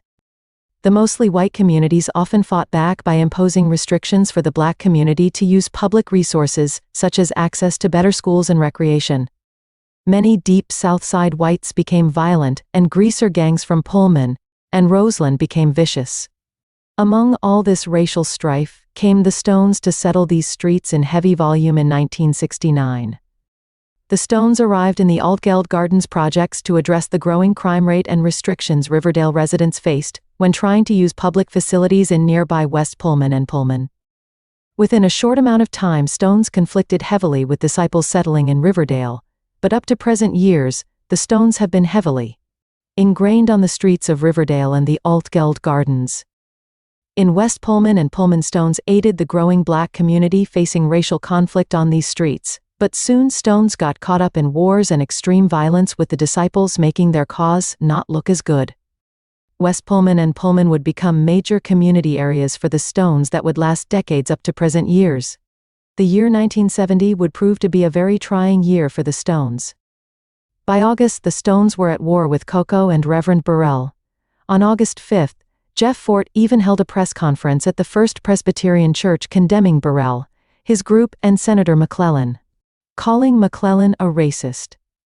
This press conference was used for the television show Gangland in 2007, showing Jeff Fort wearing his floppy hat wearing sunglasses. The video bite showed him saying, "There would be no killing without killing." The TV show showed this in reference to Jeff Fort making this conference so he could threaten the Chicago police that there will be bloodshed. But this video was a threat to Burrell and his group. There was no public threat to police. Once again, disinformation showed its ugly head. What caused the mix-up with this press conference as being a threat against the Chicago police was the shooting death of patrolman James Alfano on August 14, 1970, right outside the Southmore Hotel in an alley behind the building. Alfano came to the scene to investigate a gang fight in the area, but as he got out of his car, snipers on the roof opened fire on Alfano. Alfano eventually died from his wounds 2 days later, after undergoing 2 cardiac arrests and the loss of lots of blood. The reason for the shooting was frustration built up from the Stones after police had raided the headquarters and beat members of the Stones in the process. Police were also doing brutal sweeps in the area, rounding up Stones and brutalizing them. The Stones reached the peak of frustration and were now ready to shoot any police that came near the hotel, and Alfano ended up being the target. Main 21 leader Charles Edward Bay was one of the Main 21 members arrested for the shooting. The Stones were then under hot water after Alfano was shot, and now the world was shown the ugliest side of the Stones. Stones held a news conference right after the shooting to share their side of the story, until it was broken up by police claiming they were responding to reports of gunfire. But the reporters even stated they heard no gunfire. Therefore, the breaking up of the conference seems suspicious. New York Times, August 18, 1970. Crooked police officers brutalized the Stones until they retaliated by opening fire on an innocent police officer that was originally not involved in the brutality, showing how harmful these crooked police procedures were, as it cost the innocent life of one of their own just trying to do his job. Later in the year 1970, Jeff Fort now faced new charges in September of attempted murder, kidnapping, and helping someone escape capture. Fort attempted to flee to Algeria, but was apprehended in New York in October. He ended up fighting the charges and won, and was out of jail by December, as the charges ended up being prejudiced and bogus, put together by overzealous police officers. Fort was then arrested again for mob action, after he took part in a protest by the University of Chicago to rename Midway Plaisance after Jerome Pony Soldier Cogwell that was recently slain in the hole at the Robert Taylor Homes. Police came and reported the Stones were involved in mob action and causing a disturbance, but all the neutral witnesses nearby said it was a very peaceful protest. All this fighting legal battles in court caused Jeff's leadership to falter, as he now didn't have as much time to tend to Stone business as he fought his own legal battles, and this is when internal strife was beginning. More troubles came in April of 1971, when Jeff Fort and other top Main 21s were now brought up on charges of defrauding the federal government. The investigations since 1968 had finally brought charges, and now Jeff Fort would remain in jail during his trials, leaving the streets wide open without leadership. Authorities thought they were taking the Stones down, but in reality, they were just creating a wild organization without a central leader. At the time, the Stones sorely needed a central leader, especially since Hairston and Fort set up the nation to be reliant on needing this type of leadership. One of the other major downfalls was the involvement in the drug game that caused many Main 21 members to feud among each other over drug profits, and without Jeff there to cool things down, violence between Stone groups flared up. Another issue was many Main 21 members began using heroin, as the access to the drug now became easy. The final conviction of Jeff Fort came down in 1972, while he was in jail, and he was sentenced to 5 years in prison. With 1 year served, he would be sent to Statesville Prison in Crest Hill, Illinois. During these crucial years, while both Fort and Hairston were locked up, the Stones began a decline and a disorganization in leadership. Eugene Hairston and Jeff Fort were both struggling to bring about order over the nation from behind bars, but each of them had their own agenda, and this made them rivals in many ways. Both men were locked up in Joliet area prisons. Fort was in Statesville and Crest Hill, and Hairston was in Joliet Correctional. As far as I know, there was no action to their rivalry, while both men were locked up in Joliet area prisons. Jeff Fort became fed up with Maine 21 members acting disloyal and not obeying laws or paying dues. Therefore, it became time for the chief to set examples. When Maine 21 members broke the laws and showed disloyalty, they were executed. This was the only way to maintain order while the chief was locked up. Source: United States vs. Andrews. In the earlies, the Stones would experience growth as white flight was running its final course in the area of 71st to 79th Street in South Shore, which prompted Stones to advance into this area that faced rapid decline. After this, South Shore white flight pattern was more devastating than the previous white flight north of 71st Street. Stones were then able to establish themselves very well on these streets, setting up permanent sections like Terrortown. Stones took over apartment buildings, condos, and townhomes, and older gang members bought many houses in this area to raise their families. This was the beginning of a major legacy of the Black P. Stones. In May of 1974, Jeff Fort felt the need to gain power in a key area on the south side. This coveted area was the intersection of Oakwood and Drexel in the Oakland neighborhood. At this intersection, the Stones wanted to run out any drug-dealing opposition by force, and to even take it as far as running out all competition in the nearby public housing projects in the Ida B. Wells, Clarence Darrow Homes, and Madden Park Homes, but mainly Ida B. Wells, and the 727 building of the Clarence Darrow Homes, located at 727 East 38th Street. This all started with the murder of Gilbert Collins, who was shot to death in his apartment near 38th and Cottage Grove by a Stone hit squad consisting of Sammy Knox, Anthony Sumner, Harry Evans, Jackie Clay.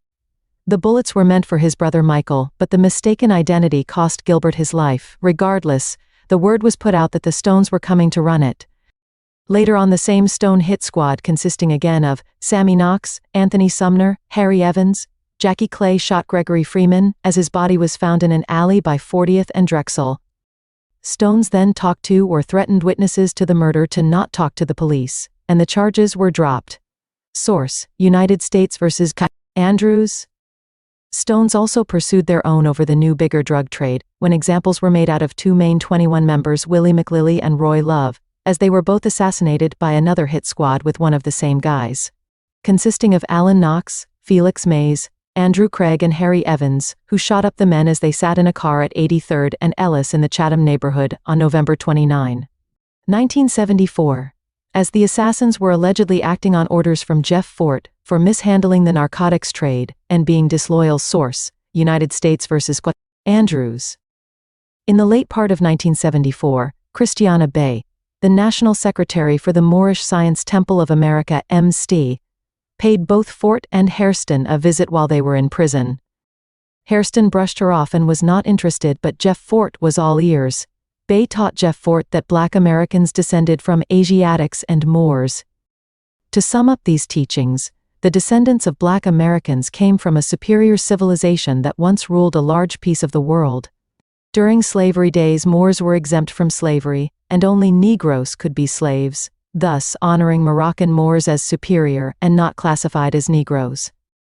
In the 18th century, George Washington covered this fact about the Moors up to justify the enslavement of them, and soon these tribes forgot their identity and became part of the enslavement and oppression of American society. Teachings also stated that Islam was the natural religion of Africans, and that Jesus was of another color then killed by the Romans to create Christianity, as their legends distorted him into a white man. Teachings also stated that the black man is superior to the white man, and the white man has kept the black man at a lower level out of fear of the black man's superiority. These teachings were uplifting to Jeff Fort, and he continued his visits with Bay even after he was transferred to Leavenworth Federal Prison. The MSTA had started a major recruitment drive and was trying to convert as many blacks as possible, and converting Jeff Fort and the whole BPSN was a major step for them. By 1975, Jeff Fort was fully converted into the Nation of Islam and followed the MSTA teachings. While Jeff Fort was converting to Islam, Eugene Hairston faced trouble in Joliet when he was accused of threatening another BPS affiliated inmate who wanted to leave the gang. A prison disturbance also went down on April 22, 1975, when a religious group known as Beni Zaken helped inmates carry out a disturbance by bringing drugs to Eugene Hairston so he could use them. To control Joliet Correctional, as Hairston was now beginning the earliest stages of trying to take over Joliet Prison now that Fort was moved, this action caused a prison riot that resulted in 1 death.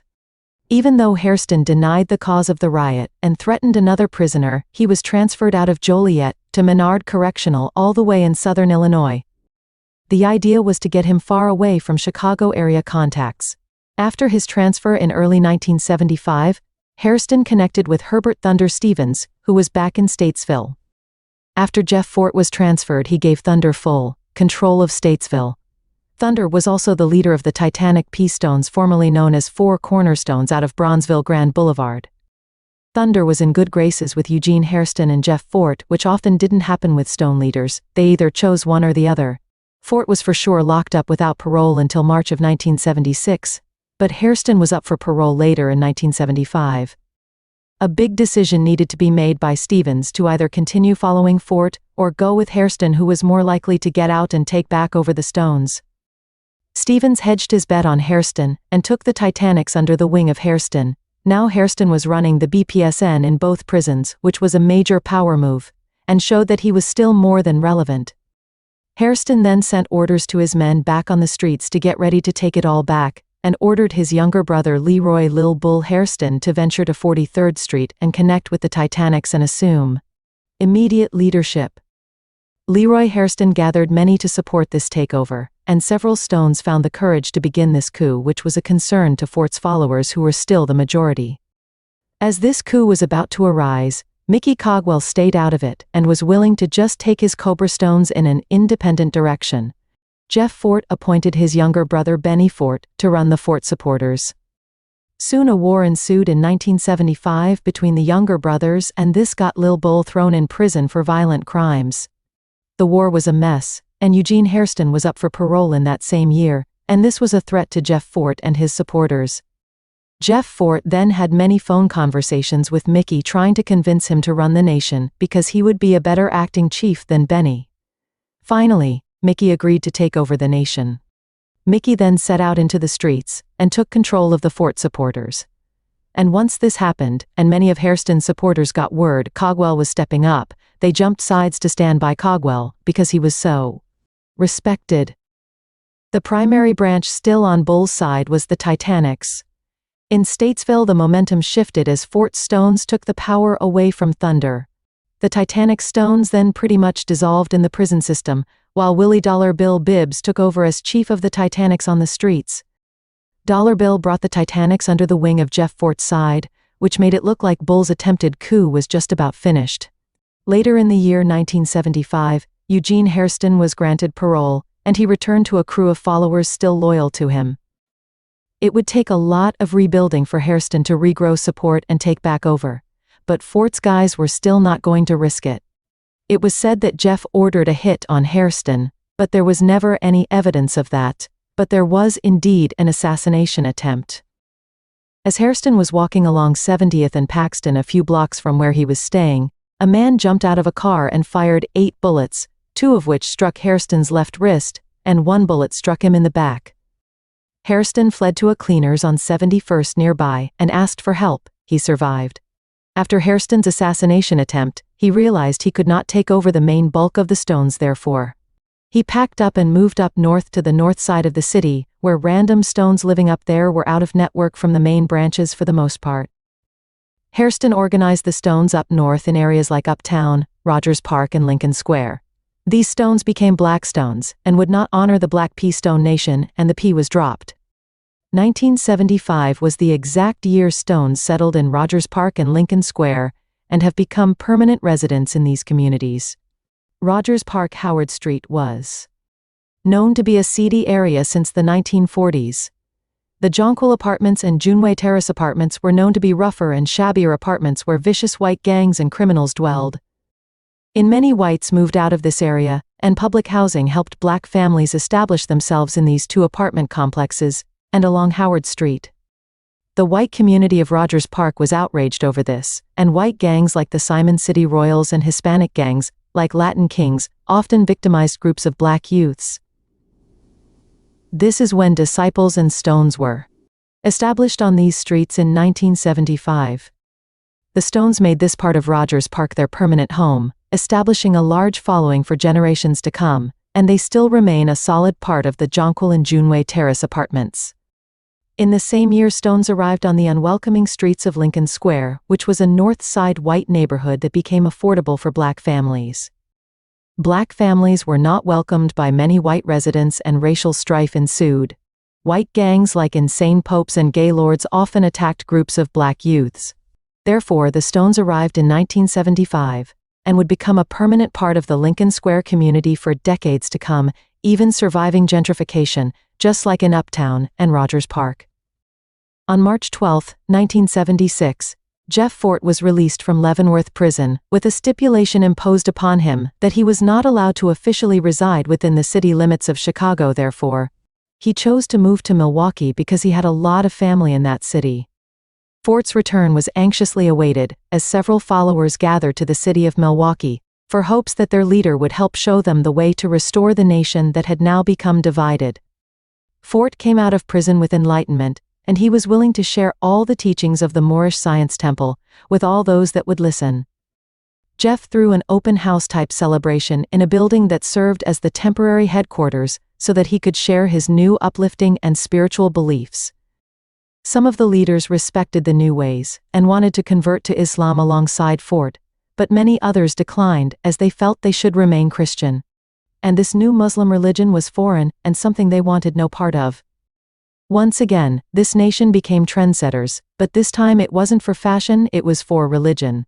Afros were now replaced with braided hair or cornrows, and the colorful outfits of the first half of the 70s were replaced by simple shirts, pants, and sometimes Shriner hats worn at worshiping events.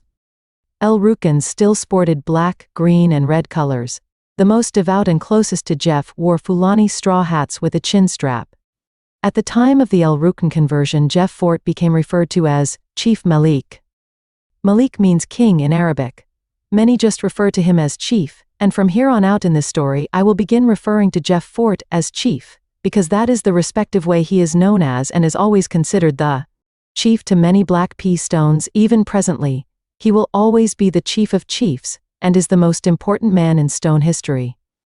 Around April of 1976, the Stones were about to advance back onto the south side of Chicago, after Chief established a contact with James Prince Yak Brantley, who had just started his own movement called B'nai Zakin, which was the Hebrew word for Black Stones. Prince Yak was a mentor to Chief, and helped him solidify the Stones during their shaky beginning in Milwaukee. Prince Yak was actually well into his 50s in age, therefore he became a part of Chief's army at an already older age, which was not unheard of and became more prevalent during these days. Prince Yak had opened Sons of the Ancient Israelites Holy Temple, or the camp, at 42nd and Prairie in the Grand Boulevard neighborhood. At this temple it was the headquarters of the Israelite Stones, a branch that embraced the Black Hebrew faith, because in the Hebrew religion, the black race is God's chosen people. Many have said this was just a cover to mask illegal activities. The temple was just one block north of the Titanic P. Stone headquarters at 43rd and Indiana, located exactly at 4233 South Indiana Avenue, Fortray. Some of the members of the Main 21 were present at this celebration, along with Black Stone leader Eugene Hairston. Jeff Fort only wanted his chosen Main 21s present, that he wanted to convert these new ways that were soon to be announced. One of the Main 21 present was the leader of the Titanic's Willie Dollar Bill Bibbs. The rest of the Titanics were left to Robert Button East. The new order established by Jeff Fort was called El Rukans, which means cornerstones in Arabic. A cornerstone is basically a foundation and an important piece with holding two walls, mainly in reference to a pyramid. It was at this meeting that Jeff Fort officially disbanded the Main 21 and declared the Black P. Stone name defunct, and was to be replaced by the El Rukan name. Some of those in attendance did not like this new way, and the most vocal was Eugene Hairston. Chief then held a private meeting in one of the rooms with Hairston, and an argument broke out as Chief was trying to convince Hairston that this was the best route for the nation, and this would bring young black men the proper spiritual guidance that would allow them to stray away from the slave mentality. Hairston disagreed with mixing religion with gangsterism, and even stated that he disagreed with wearing turbans in the daytime then dressing as gangsters at night. He saw this as hypocritical and a disrespect to the religion. Chief became enraged and ordered his death on the spot, but Prince Yak intervened and pleaded with Chief not to kill Hairston even after Hairston taunted Chief. Instead of killing Hairston, Chief declared that Hairston was completely out of the organization for good. Hairston warned that this would be the downfall of everything, and Chief responded with a threat to end Hairston if he ever saw him again. Hairston was allowed to walk out of the meeting but was now an even smaller figure in the overall spotlight, but he remained chief of the Blackstones, while the Black P Stones were supposed to be finished for good as well. Replacing the main 21 was a group of generals that Chief personally appointed. These original generals were Felix Mays, Jake Crowder, Alan Knox, Derek Porter, Floyd Davis, Walter Pollard, Edward Williams, Roger Bowman, Bernard Green, Thomas Bates, Eddie Franklin and others. Chief also appointed a group of enforcers: Harry Evans, Earl Hawkins, Ronald Lewis, Anthony Sumner, Louis Hoover, William Doyle, Derek Keyes, Hank Andrews, George Carter, Ronald Jennings, and others. Source: United States vs. Andrews. One of the first groups to drop the stone name was the Moroccan tribe. I am not sure what this group was originally called when El Rukan was first created, but as soon as Jeff Fort brought in the El Rukan name, this group was the first to appear to have dropped the stone name. However, they were unique from other stones and El Rukans. This group may have even dropped the name before the El Rukan Declaration. This group was located mainly in the Lake Park projects at 3939 South Lake Park Avenue, heading south all through the rest of Oakland into the Kenwood neighborhood to 47th Street. They were a part of a well-versed group of stones that were also in the Ida B. Wells projects that were all early Islamic converts that studied the Holy Quran 7 and wore blue phases. The Lake Park Projects group were the stones that became the Moroccan tribe and kept peace with both El Rukans and stones. Moroccans had a vicious rivalry with black gangster disciples, but they weren't a gang-banging crew. Hairston was still the chief of the Blackstones on the north side of the city, as there were no El Rukans up there. Stones up that way had some different enemies, and even fought against Hispanic and white gangs like the Gaylords, Simon City Royals, Brazers, Latin Eagles and some others. I'm not sure when and how the connection came about with the Latin Kings, but eventually the Latin Kings and Stones became very close. And it may or may not have begun in the uptown Rogers Park area with Eugene Hairston's guys or not. Hairston's Blackstones had two offshoots that broke off and settled in South Shore right in the heart of El Rukan activities. These were the Kingston Raiders and Kingston Killers. The Raiders were from 72nd down to 75th and Kingston, while the Kingston Killers were from 79th to 83rd and Kingston. The Killers were in South Chicago. The problem is, both groups were enemies, and they both liked to terrorize Southside high schools. Herbert Thunder Stevens was one very close to Eugene Hairston and could unite the Kingston Raiders and Kingston Killers. He was very much looked up to by Hairston supporters, and was perhaps Hairston's top man. The Raiders paid heavy tribute not only to Hairston and his side, but also to the old ways of the Blackstone Raider days, and it is possible many of their members were original Raiders. There have been legends that once Chief declared the El Rukans as the official replacement for the Stones. He threatened anyone that dared go against the new ways would be killed. The old story is that Mickey Cogwell was the biggest objector to the El Rukan order, but as I had shown, it was Hairston who was the biggest objector. It is true that Mickey did not want to convert to El Rukan, and that's when the Cobra Stones split away from Chief's army, but Chief did not sign Mickey's death warrant. It was an option to become an El Rukan, and if you chose not to be embraced by Islam and be considered El Rukan, you were nothing. You weren't a stone. You were nothing. Chief implicitly stated that Black P Stone was no longer legit and was officially replaced. This was the new order for 1977. Guys like Mickey Cogwell simply did not buy into this new order and kept the Black P Stones alive regardless of what Chief said. Mickey also felt more loyalty to Eugene Hairston now that Hairston was out of prison and because of the El Rukan Declaration. The Black P Stones were still alive in the further South Side neighborhoods and the south suburbs. Stones still were running a good piece of Bronzeville too, which conflicted with El Rukan interests in later years. The Stones were also still very large in Roseland, Auburn Gresham, Pullman, West Pullman, Riverdale and Washington Heights. Stones were also still very influential on the streets of South Shore. On February 25, 1977, Mickey was shot and killed as he was walking home to his Auburn Gresham home at 7820 South Sealy. He was shot right in front of his house. Many suspected the El Rukans for the hit, saying the chief wanted him dead because Mickey and the Cobra Stones did not become El Rukan, but there was not only no evidence of this, but chief didn't have lots of motive at the time. Because the way it was in early 1977 was if you didn't want to be El Rukan, you were just on your own. The violent sanctions didn't begin until later in time. It was also suspected that Cogwell was killed because of a mob-related hit, which is the more likely scenario because one of his close Italian associates was killed at about the same time. Regardless of what the truth was, the Cobra Stones still left the Black Pea Stone Nation and became known as the Mickey Cobras that year. In the same year of 1977, Chief purchased property at 3947 South Drexel in the Oakland neighborhood, which was formerly the Oakwood Theater since 1915. The last owners opened it as a black-owned theater back in the late 1960s, until it closed in 1971 and sat vacant for 6 years. Chief turned this into a branch for the MSTA called El Rukan Moorish Science Mosque, that was run and headquartered by the El Rukans. The removal of drug dealers and rival gangs at this corner in the mid-1970s paved the way for the El Rukans to buy this building. In 1978, the chief moved out of Milwaukee and moved to Chicago. I'm not sure how he avoided laws coming down on him for coming back, but he made his way back home. Once chief arrived, he began to detach from the Moorish Science Temple and began the conversion of turning the El Rukans into its own religion. The property at Oakwood and Drexel was now renamed El Rukan Grand Major Temple that year. Locals nicknamed the building the Fort.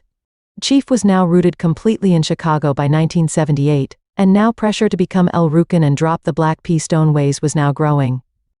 El Rukan bylaws coincided with Islamic law as members were technically not allowed to eat pork, drink alcohol, use drugs, even marijuana, and members couldn't even cuss. Jeff Fort himself followed these rules very easily because he was never into drinking and using drugs, and was never a man to cuss to begin with. Chief also wanted members to learn Arabic. Although not required, many members did learn the language fluently. Although the nation forbid drug and alcohol use, there were many witnesses that hung out, or were members of the El Rukans, that claimed there were many parties at the fort with marijuana use, and lots of drinking followed by many other activities that would normally be deemed immoral by the organization, but one thing for sure is that Chief himself didn't partake in such activities. Chief stayed away from use of any drugs or alcohol, therefore his example was consistent, and he treated his body like a sacred vessel since he was young.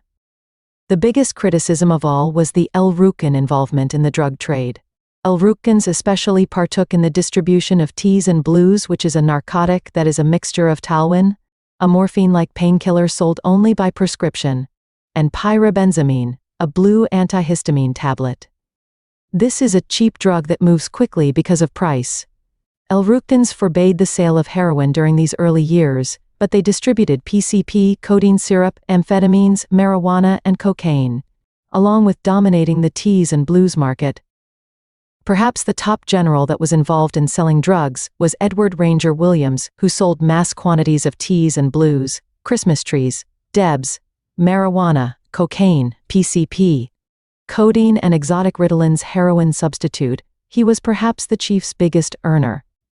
Ranger's favorite drug to peddle was codeine.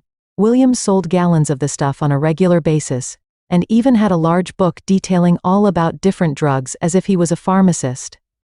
He chucked a large portion of his profits to the El Rukans and into Chief's pocket.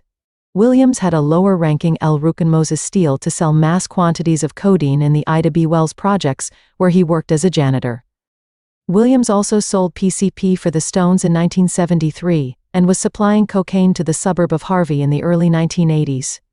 Also, in the early 80s, Williams sold mass quantities of marijuana and cocaine out of an apartment at 76th and Kingston in the South Shore neighborhood. He had a massive line of customers at his door in the building, and eventually had to take over the whole courtyard to accommodate United States of America versus Williams.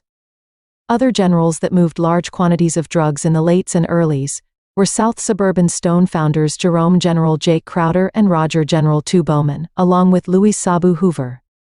Crowder and Bowman had moved out of the South Suburbs up to Milwaukee, as Crowder became the top general running all Milwaukee operations. Crowder and Hoover were buying large quantities of cocaine and bringing them from Chicago to Milwaukee in the lates into the earlies, becoming one of the biggest cocaine pipelines in Milwaukee.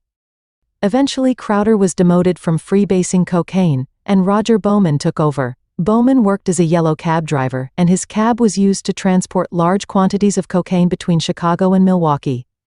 The common misunderstanding for the motive for moving drugs through the South Side was to make El Rukans rich, but the actual biggest motivation for nation business was to fund the religious cause of the organization so that they could continue to grow as an organization.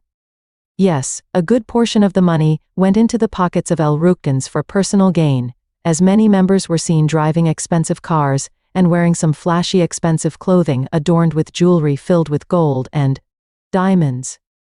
Many criticized the El Rukans as hypocritical gangsters, but what needs to be understood is that this was an organization coming from extreme poverty and misguidance, and this was always the issue from the beginning. Like most street gangs in Chicago, Stone's El Rukans needed to fend for themselves to build up a better situation for youths enduring extreme circumstances when the city had mostly neglected these communities. The programs that were directed by TWO and other organizations did not provide proper direction to groups like the Stones, and even gave them too much responsibility, like being teachers over other students, before the teachers even had the chance to be students first. Job training programs were filled with gang member instructors that were pulled in right off the street with no formal training. Once the system failed the Stones, they went on trial as funding was yanked, leaving these groups in a state of desperation. This is when the drug sales began as a replacement. Within no time, law enforcement was breathing down the necks of El Rukan members, and many were already facing jail time right after the operation began in Chicago. The El Rukans became very frightening figures to the public and the authorities, more so than the Black P. Stones ever were. These were the same men as always, that had just exchanged their old religions and lifestyles for a holy entity. Yes, they were feared before, but now the public was more afraid than ever of the organization the chief was leading. El Rukans were no more violent after converting to Islam than as Stones, but what made this organization scarier than the Stones was one simple fact: they were devout Muslims wearing religious garb. The public has feared Arabs and the Islamic beliefs for decades, so this is nothing new, and it was very much prevalent in the 1970s as the media informed us of all the scary Middle Eastern leaders and extremist Islamic groups. Here on our soil was a group that practiced Islam while they sold drugs and executed enemies with a swiftness, pulling off many near-perfect and sometimes brutal murders, most of which are not documented but legends are there. The Islamic combination with the gangsterism culminated so much extra fear that the public was deeply terrified of the El Rukans, and this drove law enforcement to pursue the El Rukans heavier than they ever did with the Stones. The truth is, there was nothing more to fear than normal with the El Rukans, but just being with Islam heightened that fear. As a result of all this fear, the FBI was looking into any way to tie the El Rukans to any extremist Middle Eastern groups possible, so they could pin that classification of a terrorist organization on the El Rukans. The interesting thing about the new recruits coming into the El Rukans was the fact they were older men, some that already had families or even in their 30s in age. These new recruits did not join to gangbang and didn't carry guns. They also never had a criminal offense, and some were college-educated. Youngsters joining the El Rukans was a very low number and exclusively bestowed upon by the direct family of El Rukan generals. The El Rukans were not recruiting young kids in schoolyards or on the streets, and were not pursuing young members within the organization to shoot enemies dead. El Rukans didn't spray graffiti on the walls, and if there was a El Rukan tagging, it was not done by anyone in the organization. El Rukans did not wildly shoot at crowds with children nearby and strike down little boys and girls, nor did they commit muggings and purse-snatching crimes in the community. El Rukans were on a higher level, and were not your conventional gang. In fact, they really weren't even a gang per se. Even though the El Rukans were set apart from other gangs in terms of their activities, they still had ties to other gangs, and at first, they had to understand that the Black P Stones and the Black Stones still existed. El Rukans also maintained their ties with the vicelords, and even showed the vicelords the ways of Islam, introducing vicelords to this new religion. This brought many vicelords to convert to Islam, and even adopt Arabic symbols like the pyramid and crescent moon. However, the vicelord organization did not convert to Islam. At the time when the vicelords were introduced to Islamic doctrines and adopting El Rukan symbols, both organizations, along with several other organizations, found themselves in a bind behind prison walls in Statesville.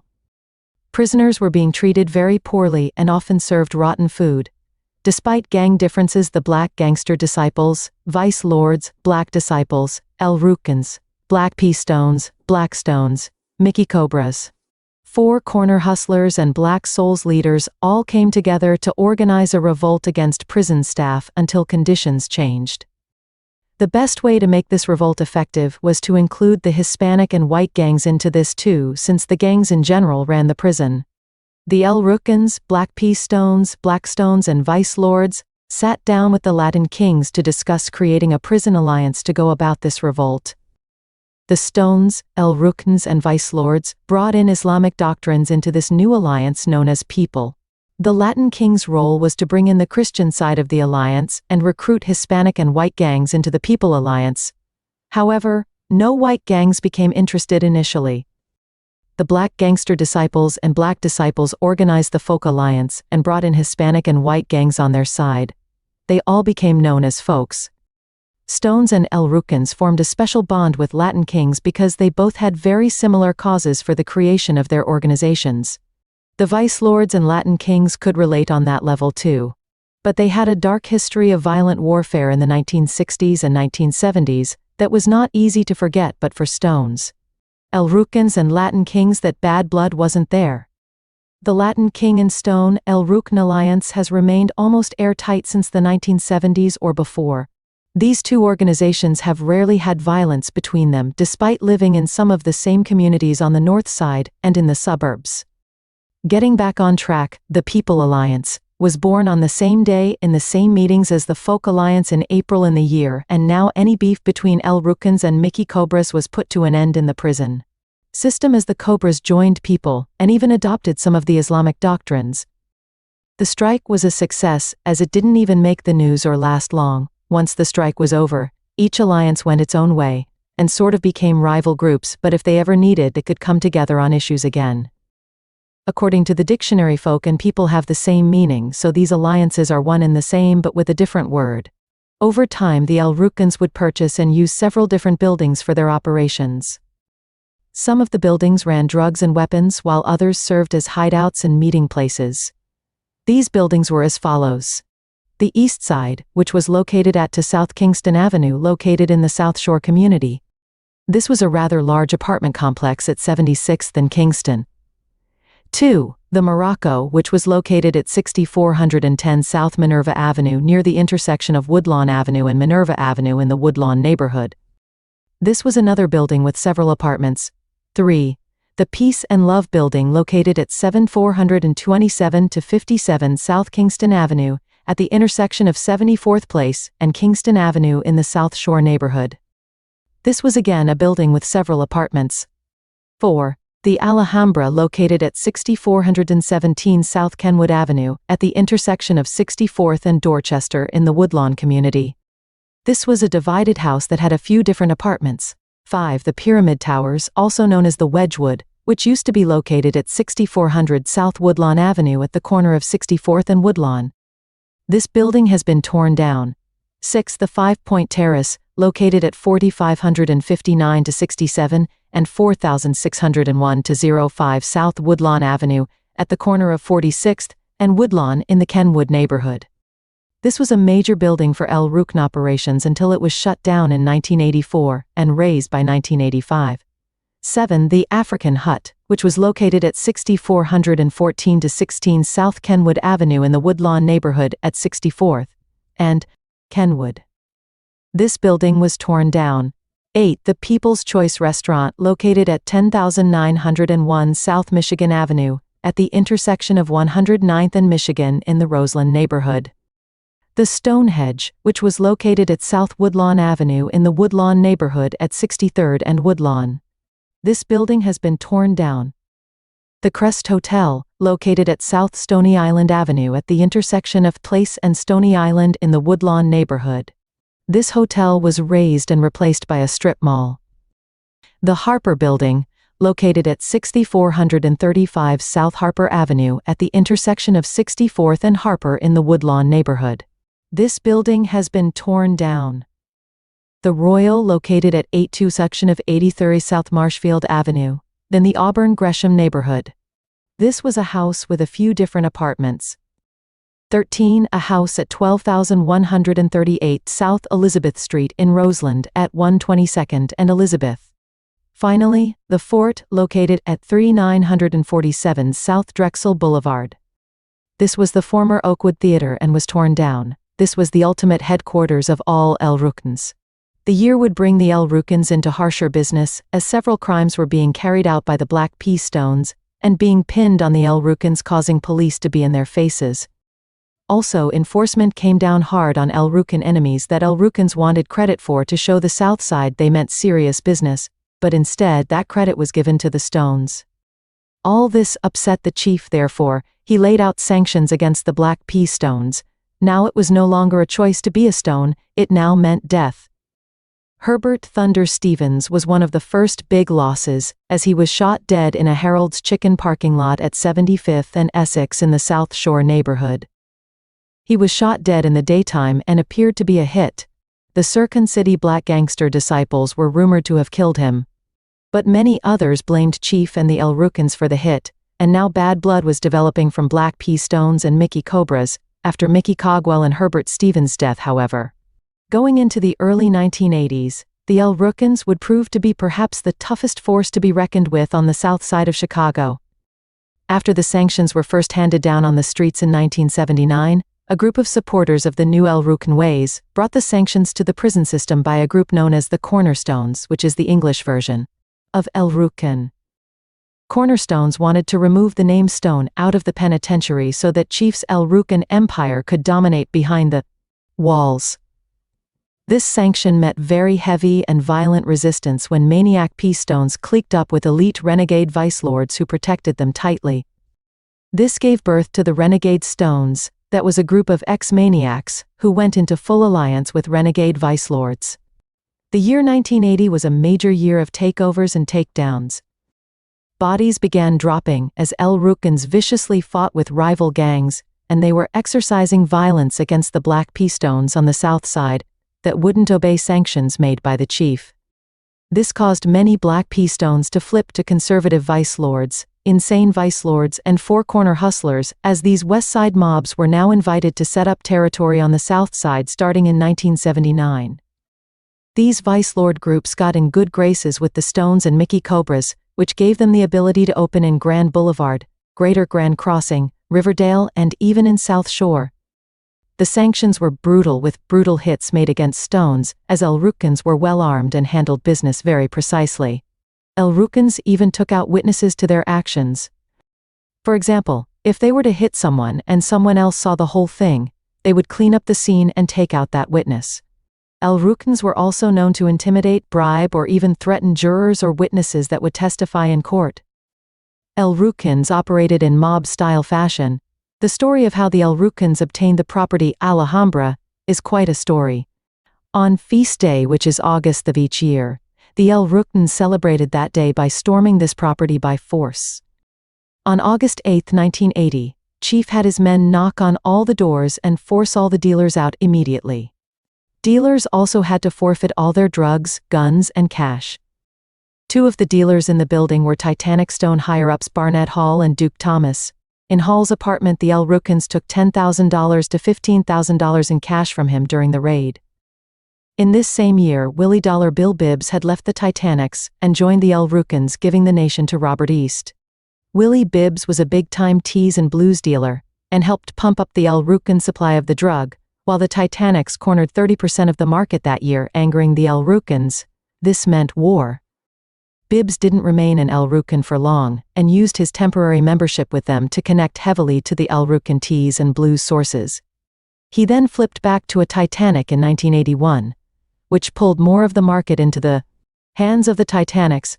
This is when Chief gave out sanctions to eliminate the Titanics. This is when the famous 43rd Street Massacre was to go down on June 15, 1981. Chief sent 3 killers, Derek Keyes, Rick Ferguson, and William Doyle, who were armed with machine guns, Superpoint 38s, 9mm pistols, to a playground at 40th and Indiana, now known as Lou Jones Fitness Park, in the Grand Boulevard neighborhood. This was a park where Titanics were known to sell drugs. When these men saw Titanics standing around there, they opened fire but missed all targets except for Bibbs, which was the biggest target of all. After this, Chief sanctioned a hit on Barnett Hall, and he was successfully executed on December 23, 1981, in front of his apartment at South Kenwood Avenue. Once again, Derek Keyes and Anthony Hall were the shooters. United States of America versus Williams, United States versus Andrews. In November of 1982, Chief believed he had been given a sign from Allah to finish off the Titanic Stones by wiping out more of their leaders. Duke Thomas, Chalmers Tyler, and the Ewing brothers were now next to be eliminated. This is when the El Rukans began calling the Titanics gophers, because they popped up like gophers, and he wanted to keep hitting them as they popped their heads up. Chief wanted all the leaders eliminated as they took over leadership until they finally ran out of steam. The first hit was botched when an El Rukan hit squad consisting of William Doyle, Jackie Clay, Derek Keyes, J. L. Houston, Edgar Cooksey, Ray Ferguson, and Alvin Toney tried to hit Duke Thomas but instead killed a woman and injured another that were driving Thomas's car at 5642 South Michigan, 57th and Michigan, in the Washington Park neighborhood. This happened in January of 1983. Chalmers Tyler was then shot and killed in February of 1983 at 6450 South Kenwood Avenue in Woodlawn by Earl Hawkins and J. L. Houston. Later that month, the squad consisting of William Doyle, Derek Keyes, Earl Hawkins, Harry Evans, and Jackie Clay tried to hit the Ewing brothers, but instead accidentally shot 2 other men as they sat in a car at 79th and Essex. United States versus Andrews. The Titanic P stones were being beaten back by the El Rukans, as El Rukans continued to assassinate their ranks. El Rukans followed through with their hits, even if they were botched. One of the reasons some hits were botched is because Titanics were a lot like the El Rukans, as they were also a crew full of hardened killers that were murder experts, just like the El Rukans. One of the biggest reasons the Titanics were more or less at a disadvantage in this war was the fact the Titanics were far outnumbered by the El Rukans. Eugene Hairston maintained close contacts with Titanics during this war, and it made El Rukans make Hairston a person of interest all throughout the early 1980s, as there may have been plans to take him down, but there were just always higher priorities. The Titanics and El Rukans were indeed the heaviest hitters of all El Rukan BPS Blackstone groups. El Rukans kept very close tabs on groups of stones. The Peace and Love building at 74th Place and Kingston was the building where El Rukans watched the stones very closely from this location, and kept many stone groups in line.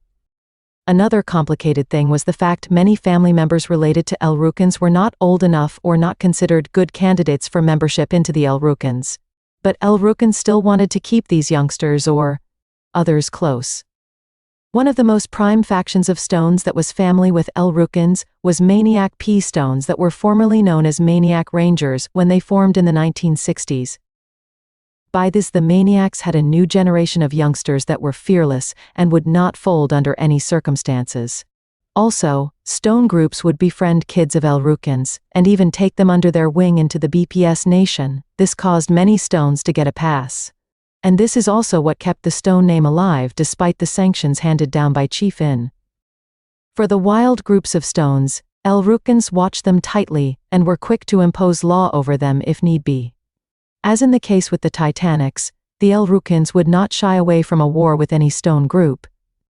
El Rukans also imposed taxes on gangster disciple and black disciple groups in the East Side area.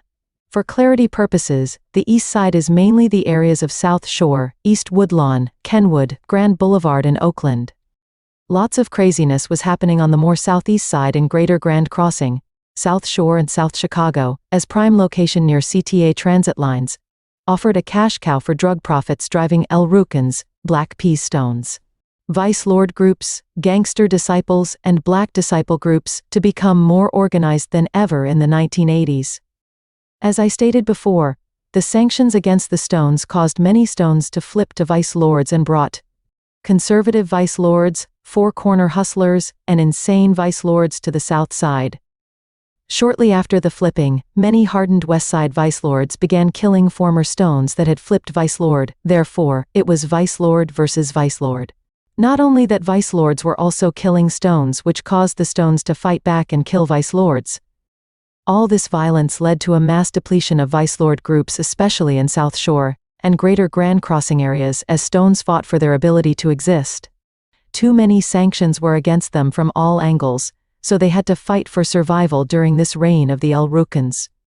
Many other Stones also flipped to gangster disciple, or Mickey Cobra, during these turbulent late 1970s and early 1980s times, and it got to the point where Stones were becoming a minority group on the streets in comparison with other mobs around them, and it started to seem like this could be the fall of the Black Pea Stones. In April of 1983, Chief and William Doyle traveled down to Tupelo, Mississippi to engage in a cocaine transaction. The men ended up dealing with an undercover Mississippi Bureau of Narcotics agent, and both men were arrested, which got Chief put in jail. By the summer of 1983 he was released, but under the heavy spotlight of law enforcement that was investigating him for drug trafficking. Later that year the El Rukans became connected with Noah Robinson, the half-brother of Reverend Jesse Jackson. Through Robinson, El Rukans became connected with Thomas Allen Burnside from Greenville, South Carolina, who was a major cocaine distributor in Boston, Bridgeport, Connecticut, and New York City. The El Rukans began buying kilos from Burnside until December of 1984. Chief was convicted of narcotics trafficking in December of 1983 and sent to federal prison. From this point forward, Chief would never see a free day again. It was then said in court documents that Chief continued to run the El Rukans from behind bars by talking on the telephone in codes, ordering anything from drug movement to murder. One of the ordered hits in April of 1984 was on Jerome Fuddy Smith, who was the leader of the Goon Squad gangsters that operated in the Ida B. Wells projects at 706 East 39th Street. Fuddy was apparently infringing on El Rukan cocaine operations, and allegedly Chief passed down the orders to take him out. On April 28, 1984, Earl Hawkins, George Carter, and Henry Andrews shot and killed Fuddy and Talman Hickman in a breezeway in the 706 East 39th Street building, United States vs. Andrews. By the year 1985, Robert Button East was incarcerated for murder, which left the Titanic Stones in the hands of East's younger brother Ray Scooter East. Robert East had been working heavily with Eugene Hairston to attempt consolidation of all the different Black Pea Stone groups together to go against the El Rukans and not adhere to the sanctions. But by the time Robert East was put in prison, it put a major dent in their progress, and Scooter was ruthless and very violent, as he led the Titanics to act in the same way, causing the organization to go to war with allies like Mickey Cobras and Prairie Avenue insane vice lords. This not only damaged the Titanics, it also caused Eugene Hairston to at last fade completely out of the picture, and he became addicted to heroin. In the year 1985, the El Rukans had lost their main cocaine connection, Blue Burnside, as he was taken to prison. And now the El Rukans needed a new solid connection to the cocaine pipeline. This is when they connected with one of the biggest drug dealers in Chicago, Willie Morris Fluky Stokes. The El Rukans had always been against the sale of heroin, as it was completely forbidden from sale and use since, in the year that would change, as El Rukans at last partook in the heroin business. This all began right at the beginning of the year 1985 in January, when El Rukans connected to Alexander Cooper, a non-El Rukan member that partnered directly with the chief while he was still behind bars. This is when a group was formed called the Guerrilla Family. This group was led by Cooper and consisted of lower-level, less-known El Rukans who would distribute both heroin and cocaine. This group sold in multiple locations in El Rukan territories and buildings. One of the locations was at the Wedgwood, also known as the Pyramid Towers, located at 64th and Woodlawn Avenue in Woodlawn. There was also 71st and Stony Island in South Shore, 47th and Lake Park in Kenwood, 79th and Yates in South Shore, 75th and Colfax in South Shore, and even a tavern right across the street from the Ida B. Wells projects. The guerrillas' operations were carefully planned from the start, as even prime locations were picked up to sort the bags, package the dope, and store it in a proper environment. The guerrillas also operated in air-conditioned rooms which were ideal for mixing heroin and cocaine in the Harper Building, which was located at 64th and Harper in the Woodlawn neighborhood. Edward Williams foresaw this operation, and before overseeing the guerrilla operation at the Harper, he foresaw operations at the 5 Point Terrace at 47th and Woodlawn in the Kenwood neighborhood from 1981 to 1985. People of the United States of America versus Williams. In March of, El Rukans met with King Cobras, an organization that was basically linked to and a part of the Mickey Cobras since. El Rukans authorized Tredis Murray and Herman Moose Jackson to sell heroin at the intersection of 67th and Blackstone in the Woodlawn neighborhood, if the sales did not compete or infringe in any way on the heroin. Sales at the guerrillas' spot at 67th and Stony Island. This arrangement only lasted a month before El Rukans felt the King Cobras had broken their promise and were stepping on El Rukan toes. This is when Chief ordered 3 of his men to medium rare Theodis Clark. Medium rare was code for shoot but don't kill. This is when the hit squad of Derek Keyes, Andrew Craig, Edgar Cooksey, and Charles Green to hunt down Clark. They found Clark at 67th and Stony Island and shot him in the leg as a warning. Another part of the order was to well done Herman Jackson and Tredis Murray, which meant go ahead and kill them both. Another order was given to shoot any other King Cobras on site too. Because of the order to shoot any King Cobra, Jackson's brother Robert Dog Jackson was killed by the hit squad of Andrew Craig, Andrew Fort, and David Carter. El Rukans attempted to kill Andre Chalmers and sent hit squads to make it happen, a squad consisting of Alan Knox, Jeff Boyd, James Walker, Roderick Haygood, and Robert Johnson, arrived at the Lanigan's Lounge, located at 5428 South Halsted Street at 54th, and Halsted in the back of the Yards neighborhood. At the bar they attempted to kill Chalmers, but instead they hit Rico Chalmers, Glendon McKinley, and Vicky Nolden. All 3 were killed. This was done to exert control over drug operations at the intersection of 54th and Bishop in the back of the Yards neighborhood.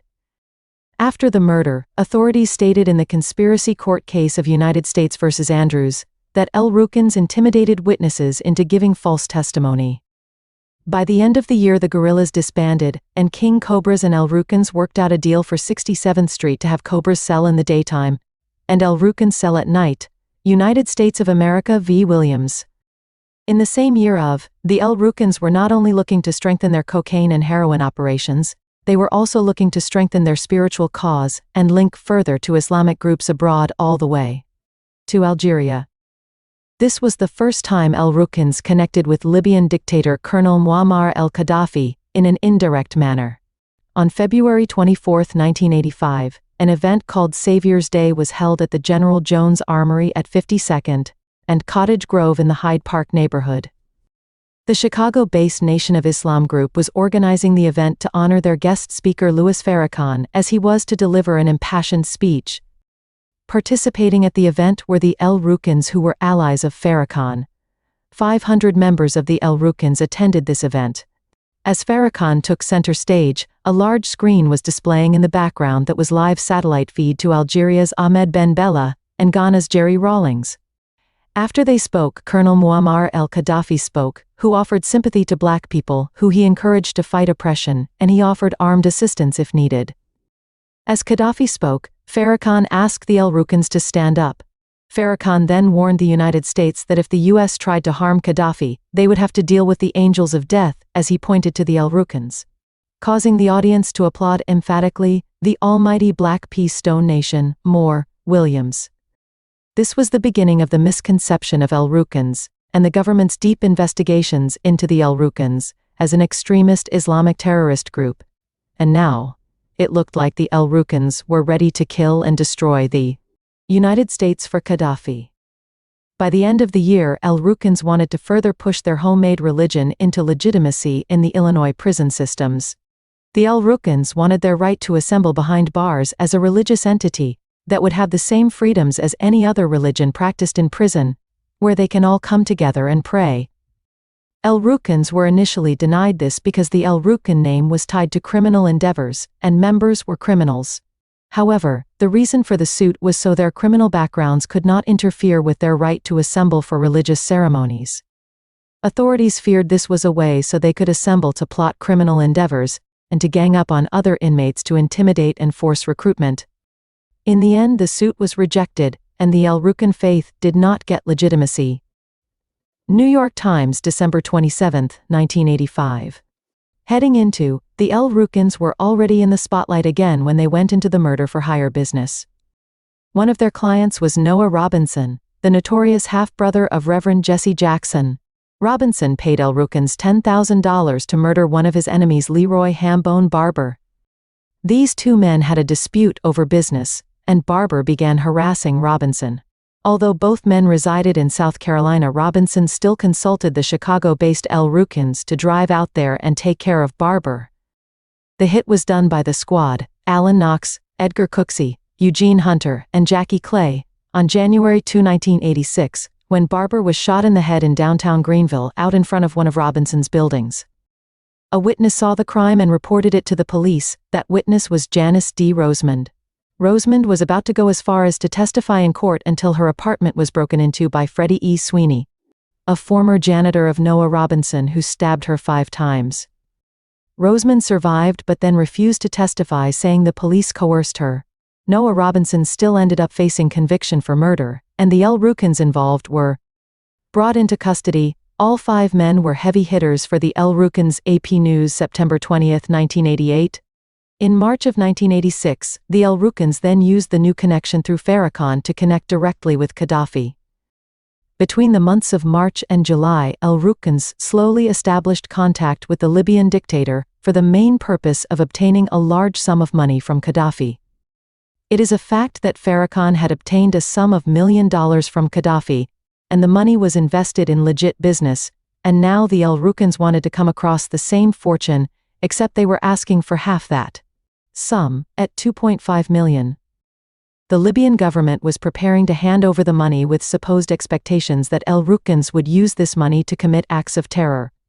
The Libyan government was hoping the El Rukans would use weapons to destroy government buildings and declare war on the U.S. government, or at least that is what was alleged by our government. It is indeed true that the El Rukans did contact Libya, and even paid visits to Libya and Panama to discuss negotiations for the payment of the $2.5 million, but there was never a shred of evidence that the payment ever happened, or that actual talks of destruction of U.S. government property transpired alongside the payment talks. Supposedly, Jeff Fort was sitting in the Bastrop, Texas prison negotiating this entire transaction, talking in code that mixed difficult street lingo in with random words and some Arabic that all had meaning. And this was interpreted as Jeff Fort making this deal through his generals. If you ever heard of the saying guilt by association, well, this was a prime example. Gaddafi had a lot of hatred for the United States and often preached it, but there were never any recorded conversations with Libyan officials speaking about such actions with El Rukans. Another saying that comes to mind is being in the wrong place at the wrong time. Well, this is another crucial part of the case during that summer of 1986. Chicago drug dealer Sam Buford, who was also an informant for the FBI, brought undercover agent Willie Hulan to meet with El Rukan General Alan Knox. The 3 men met at the Southern Girl Lounge on 116 East 39th Street to discuss a cocaine deal. During the conversation, Hulan brought up that he had a connection that worked at an army base in the South, and this friend stole bulletproof vests. This was the bait that hooked Knox into wanting to learn more, and he asked about a grenade launcher. A month later, Hulan came through and arranged Knox and Melvin Mays to meet him at a Holiday Inn in the suburb of Lansing, Illinois. Hulan brought in this friend, who was undercover FBI agent James Cross. At this meeting, Knox and Mays paid $1,900 for this M72 Light Series anti-tank law rocket launcher. According to court documents, Knox and Mays wanted to buy up to 5 rocket launchers, automatic weapons, and about 5 bulletproof vests, but this transaction ended up only being for the 1 rocket launcher. I don't know how it ended up being just 1 after there was all the alleged desire for much more. Knox mentioned he knew an enemy that owned a building he wanted to blow up, and when Melvin Mays saw Cross and Hulan look, Surprised, Mays said it was not going to happen for another year. The men then took the rocket to their car and left. Little did they know that the rocket had been inactivated, therefore it was unusable. The agents had also placed a tracking device inside the weapon. The weapon was then taken to the African hut located at South Kenwood Avenue in the Woodlawn neighborhood, at 64th and Kenwood. After some time, the authorities raided the African hut and found guns, including a Mac machine gun, a fully automatic point-caliber pistol, and a point-caliber commando volunteer carbine. Agents also found several rounds of armor-piercing bullets meant for submachine guns. This is when the government brought up indictments in September upon Jeff Fort, Alan Knox, Melvin Mays, Rico Cranshaw, Leon McAnderson, and Tremel Davis. The indictments were for conspiracy charges involving murder, drugs, and plots of terrorism. United States of America versus Williams. As the indictments were being handed down at the later part of 1986, the El Rukans continued operations like a well-oiled machine, despite what allegations they were facing. The drug business continued as El Rukans moved about the country to carry on cocaine deals. Leon Harris, Alan Knox, Melvin Mays, David Hobbs, and Irvin Lee traveled to Florida and South Carolina to distribute cocaine. During this time, court documents stated that Chief gave $25,000 worth of bribe money to bribe 2 judges. Allegations continued also about witness tampering in the murder case of Maurice Coleman. Sammy Knox was on trial for that murder case, and one of the witnesses to testify was Patricia McKinley. Knox allegedly forced her to get on a bus and leave Chicago for Alabama on December 15, 1986, so she couldn't testify. When she returned in January, she was kidnapped and secretly confined by Sammy Knox, Jeff Boyd, Michael Sardin, James Bates, and David Hobbs. United States versus Andrews. In 1986, original member of the Black P. Stones Charles Edward Bay was accused of killing Fluky Stokes, one of the most notorious and biggest drug dealers in Chicago that the El Rukans had been working with since 1985. Stokes was making millions of dollars a month in income and infringing on Bay's territory, which was mainly in the South Shore neighborhood. Unidentified men shot Stokes dead on November 19, 1986. The shooting was said to be ordered by Bay and carried out by El Rukans, but there was no proof of that. But many will say that it indeed was done by Bay and his men. Bay was shot in an attempted assassination attempt by Fluky Stokes' men a couple months earlier, and it was said the killing of Stokes was retaliation. Bay was also accused of gunning down a police officer in 1970, which he was later acquitted of the charges. Bay retired from gang life in 1998 and became a community activist until his passing in October 2010. More than 700 people attended his funeral. In the year 1986, crack cocaine suddenly exploded in popularity nationwide, as now addicts found a much cheaper and more intense way of getting high. Freebasing cocaine was first invented in 1981 in the city of Oakland, but it wasn't sold on the streets much until 1983, and it was exclusively a West Coast drug as it slowly made its way into the Los Angeles area. Figuratively speaking, it was tough to swallow for drug dealers to justify taking an expensive drug like powder cocaine and cooking it with baking soda to make it into a cheaper drug. It took dealers all throughout the mid to 1980s to really digest just how this is a bigger profit-making process than simply selling powder cocaine. But finally, by 1985, dealers were beginning to understand the benefit, especially out west. In 1986, it became common understanding that crack was a big moneymaker, and now dealers were all over it, especially in the urban ghettos in the United States, as now this was a poor man's cocaine. The compound properties of crack were far more addictive than cocaine, and once dealers really saw how addicted customers became, they rushed to take over street corners and entire neighborhood sections to have exclusive rights to territories.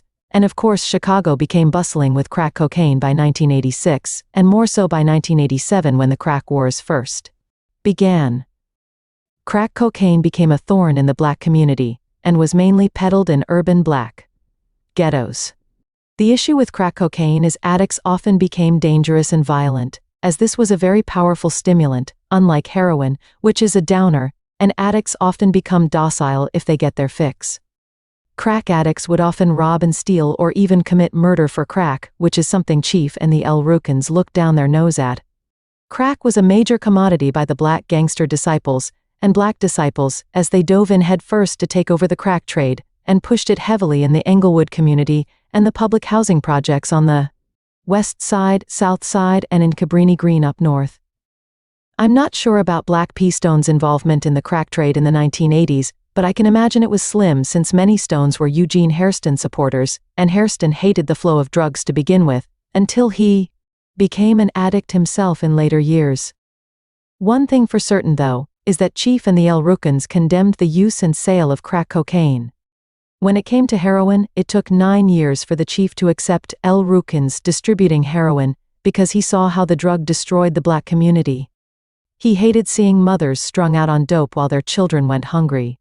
He hated seeing messy shootings over drug turf, as this highly addictive drug brought to die for profits.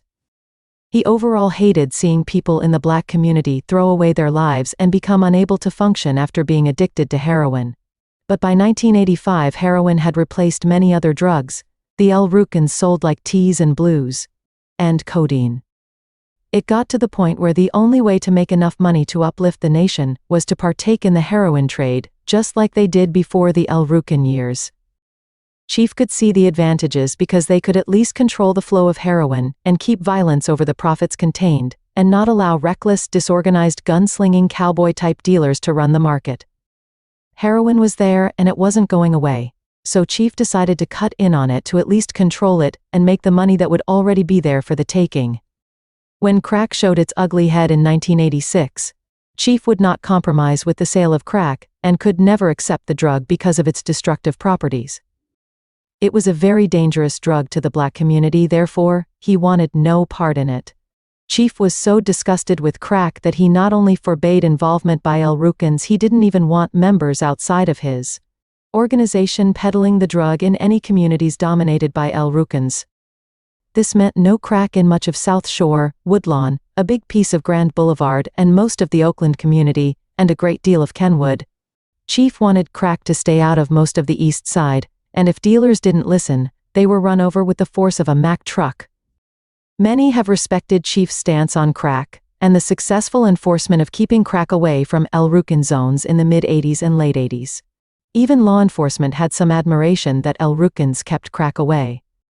On October 7, 1987, the trials began for the conspiracy charges against the chief, and several El Rukans were named in the indictment. The star witness became one of those originally charged, Tremel Davis. Davis had now flipped, and had now made a deal with authorities to protect himself. Davis also was able to demand a payment of $10,000 in exchange for his expert testimony. Davis was the top man in charge of El Rukan security, and part of the tight inner circle. He joined the Rangers back in 1965. When he was first arrested on August 5, 1986, he wouldn't work with authorities until they threatened to charge his wife, and after that Tremel gave in. Tremel's largest role was to interpret all the hours of taped conversations El Rukans had between each other. The conversations were twisted into being interpreted as anything from drug deals all the way up to getting money from Libya to plan terror attacks on the United States. Despite the fact every Libyan official ever interviewed emphatically denied involvement with terror plans with the El Rukans, it was still said the Libyans created an agenda for the El Rukans to follow in exchange for this $2.5 million. There were accusations that El Rukans were traveling to New York City and meeting with Libyan officials from the Libyan embassy.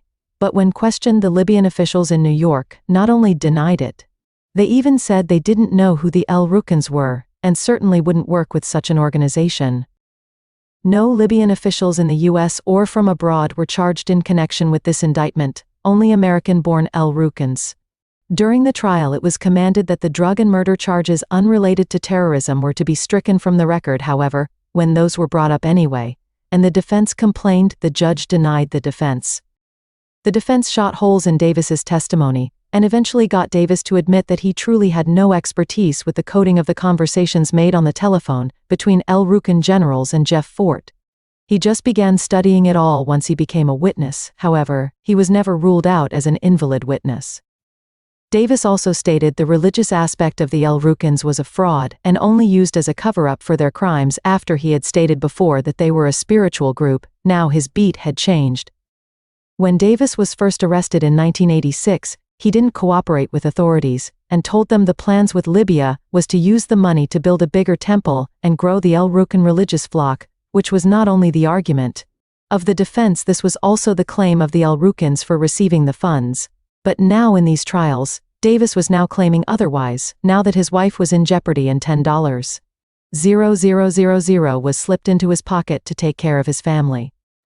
The defense also picked apart how Davis had access to the prosecution's notes that contained notes about interpretations of codes used between Fort and his generals. This, as we know, could lead to bias. The almighty Black P. Stone Nation, Moore, Williams. On the outside, El Rukans were working to stop witnesses from cooperating in this trial, and Tremel Davis was one of the biggest targets. On October 7, the day of the trial, gunshots were fired into the apartment at 3750 South Ellis Avenue of Della Davis, the wife of Tremel Davis, to intimidate his family. On October 9, an El Rukan hit squad consisting of Felix Mays, Louis Hoover and Louis Lomas fired several gunshots into Hank's Funhouse Tap in Milwaukee, Wisconsin, which was owned by the father of witness Leon Harris, who was about to testify about the murder-for-hire business involving Noah Robinson that brought the death of Hambone. On October, El Rukans Michael Joyner and Victor Johnson gunned down Thelma Tedder outside her apartment at South Lake Park Avenue. Thelma was the mother of Anthony Sumner, who turned state's witness in after facing charges, as he was now testifying about narcotics trafficking and murder. On October 19, El Rukans Vern Polk and others again attempted to intimidate Davis by shooting Christine and Virginia Lewis outside of the 727 building in the IDAB Wells projects. Although none of these people were killed, they were all wounded and made to be frightened. All these shootings were listed in the indictments against El Rukans, in the case of the people of the United States versus Andrews. The jury needed to change up multiple times during the trial, especially after jury members complained about receiving threatening phone calls from unknown sources. Eventually, when the final jury was selected, the judge had to order the jury to not have any access to telephones. Regardless of the intimidation, the trial finished on November 24, 1987. Jeff Fort was sentenced to 80 years in prison and fined $255,000. Ryko Cranshaw got 63 years. Leon McAnderson got 51 years. McAnderson and Cranshaw each had to pay $241,000 apiece. Alan Knox got years and had to pay. Roosevelt Hawkins only got years and no fine because of his cooperation. Marvin Mays was a fugitive and didn't get caught until when he returned to Chicago, and once he returned, he was given a life sentence. The almighty Black P. Stone Nation, Moore Williams's chief, was sent to do his time in Marion Prison, medium security federal prison in Illinois. The feds and the prosecution didn't stop with the 1987 convictions. In the year 1988, more bad news came for Eugene Hairston and his supporters. Titanic P. Stone leader Ray Scooter East was taken into custody as he swallowed a bunch of bags of drugs to conceal evidence. The bags exploded when police beat him in frustration. Due to the beating and overdose of the drugs, East had a heart attack and died. Without Scooter, the Titanics began to fall. Then in September 1988, Eugene Hairston himself was shot to death as he stood outside of the Ida B. Wells public housing projects after 3 a.m. He was shot and killed execution style, which meant this was a deliberate hit on him. Stone supporters of Hairston were infuriated and blamed the El Rukans for the hit, and claimed Chief gave the orders. But El Rukans even held a press conference proclaiming their innocence in the shooting. There was also no evidence linking El Rukans to Hairston's killing, and the case was never solved. The fact is, Hairston had become a heroin addict, so there really is no telling who could have shot him. It could have even been someone he owed money to. Without the Titanics and Hairston, the Black P. Stones were in jeopardy. In October of 1988, more murder charges were put on the chief. Now he was given another 75 years added to his 80-year sentence, compiled with his 33-year sentence he already had when the trials began. Other El Rukans brought up on murder charges were Derek Keyes, William Doyle, Ray Ferguson, and Derek Porter. They were convicted for the murder of Willie Dollar Bill Bibbs in 1981. The laws were not done with the El Rukans yet heading into 1989. Another round of convictions surfaced, and this time raids were conducted in 8 different states, and 65 members were indicted on charges ranging from drug trafficking to murder. During this end-of-the-year sweep, the fort was raided for the last time on October 29, 1989. The feds used blowtorches and hammers to break down the doors. Even though there was no resistance from any El Rukans inside during the raid, they were still charged with mob action and disorderly conduct for the sole reason that they were assembling. Even though they were only practicing Summa. The raid happened as El Rukans were deep in prayer. After the raid, the entrances and windows were sealed with cement so no one could enter. The property sat vacant for nearly a year. This sweep also dealt the final blow to Noah Robinson, as he was not only convicted of the murder of Hambone, but also for skimming from Wendy's fast food chain cash registers. Allegations stated that Robinson would have time periods where the registers became unmonitored and shut off from counting. That was an opportunity to pocket profits. This occurred at 3 different Wendy's locations between 1984 and 1989.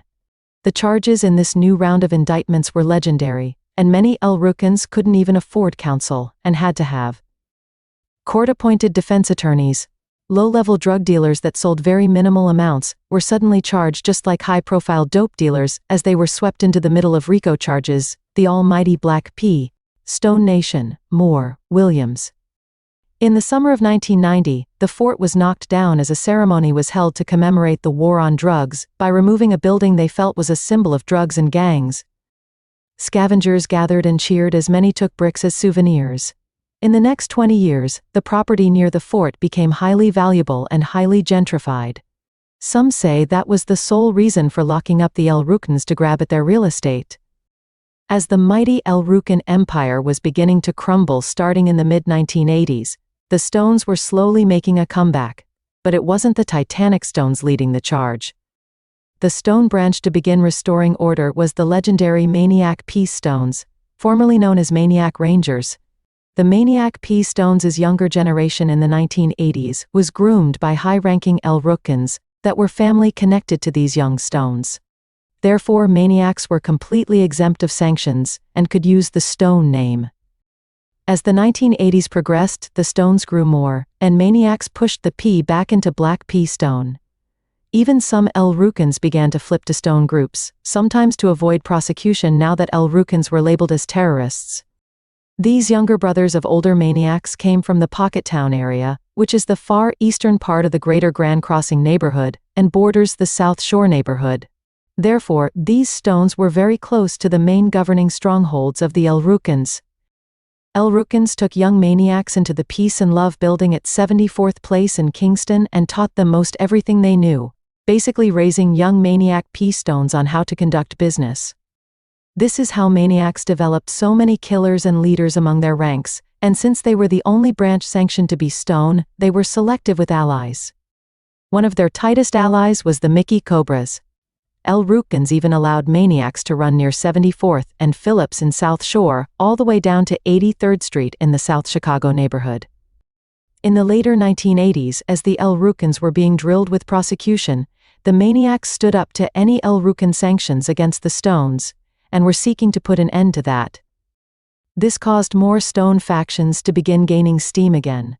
Maniacs were not a hustling type of group, instead they were kinda military, just like the El Rukans. They did business, but they mainly focused on maintaining order just like the El Rukans. Maniac P. Stones were between both worlds between Stones and El Rukans. Another pivotal event happened in the year 1990, when former Four Cornerstone founder and leader Randy Rube Dillard seized control of the BPSN that year. The Titanic P. Stones officially went defunct that year, and were no longer the top BPS branch, obviously.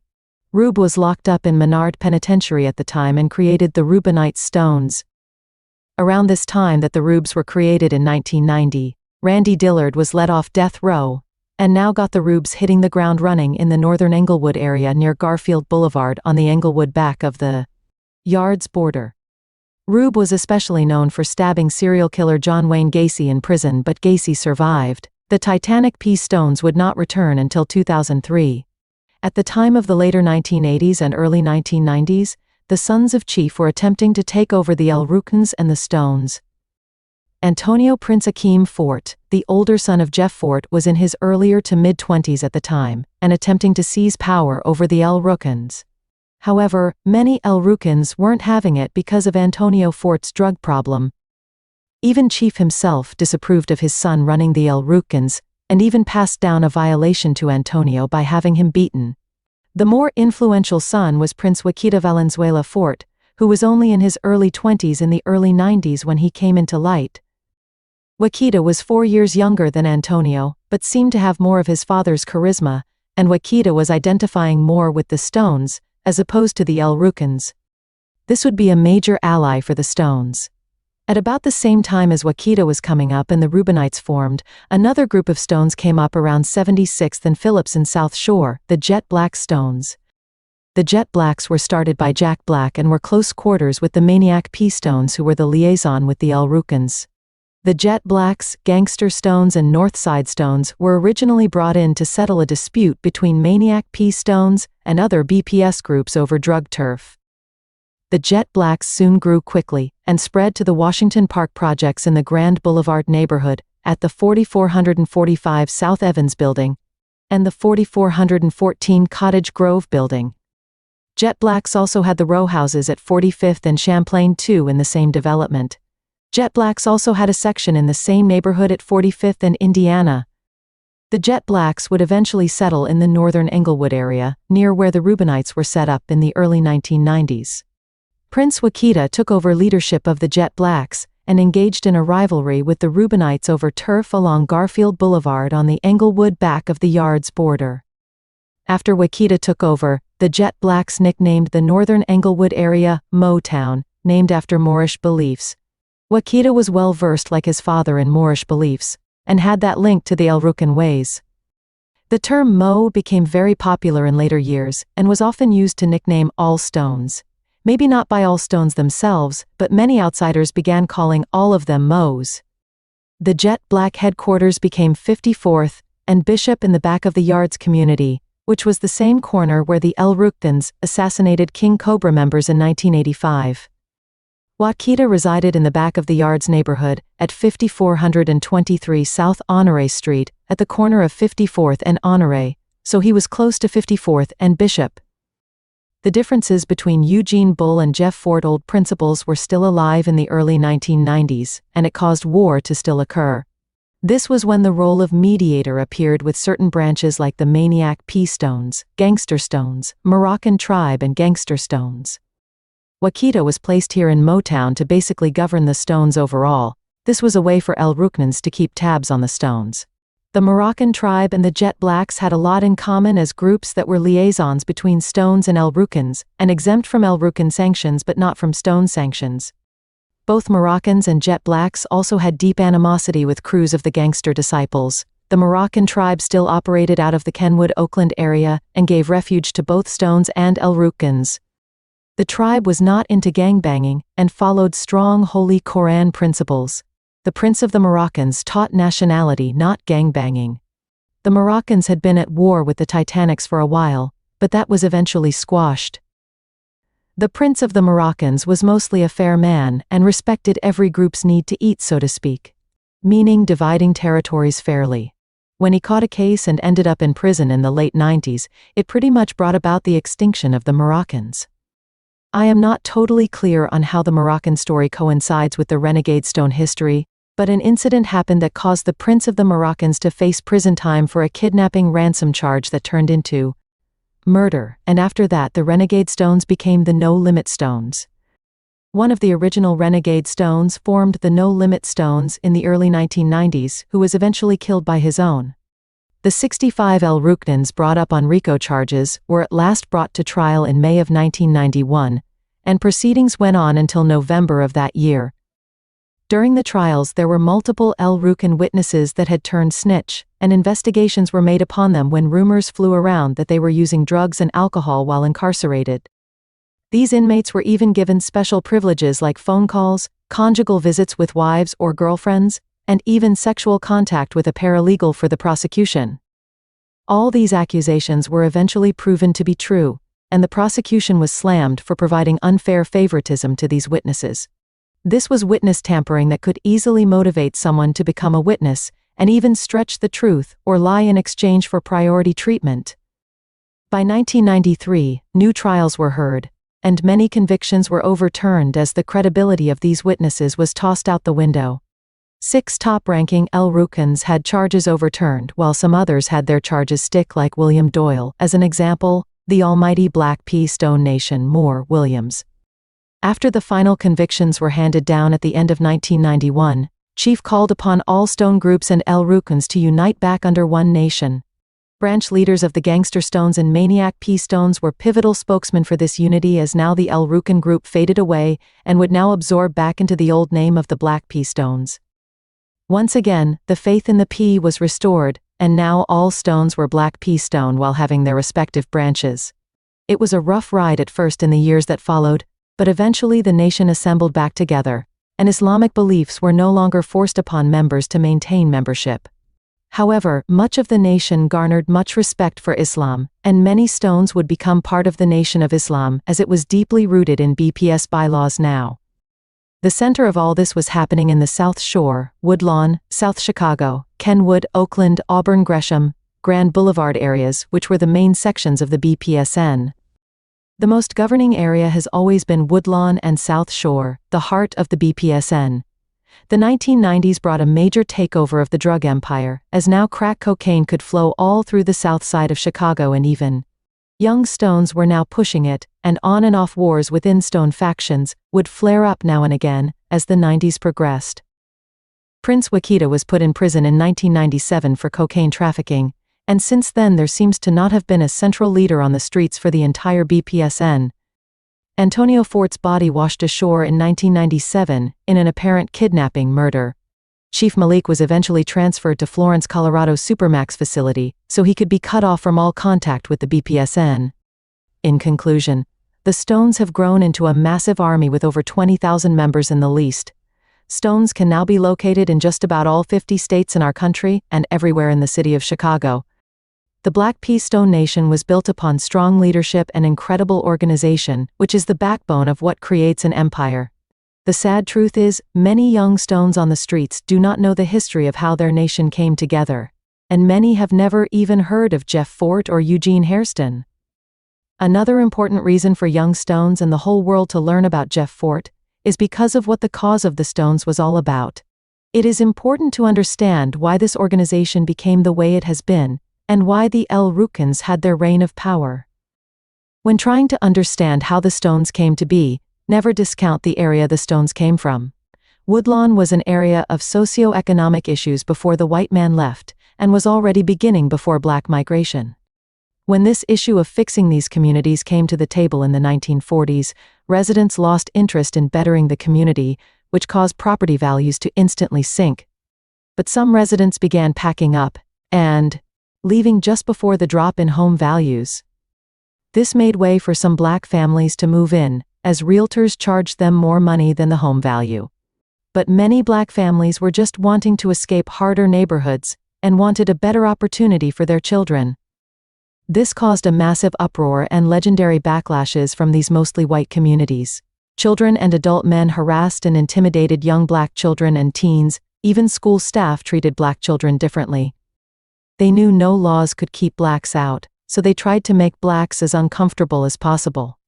Greaser gangs were perhaps some of the most intimidating groups that harassed black kids and bullied them incessantly in the 1950s, and this is what caused the creation of the Players and the Blackstone Raiders in Woodlawn.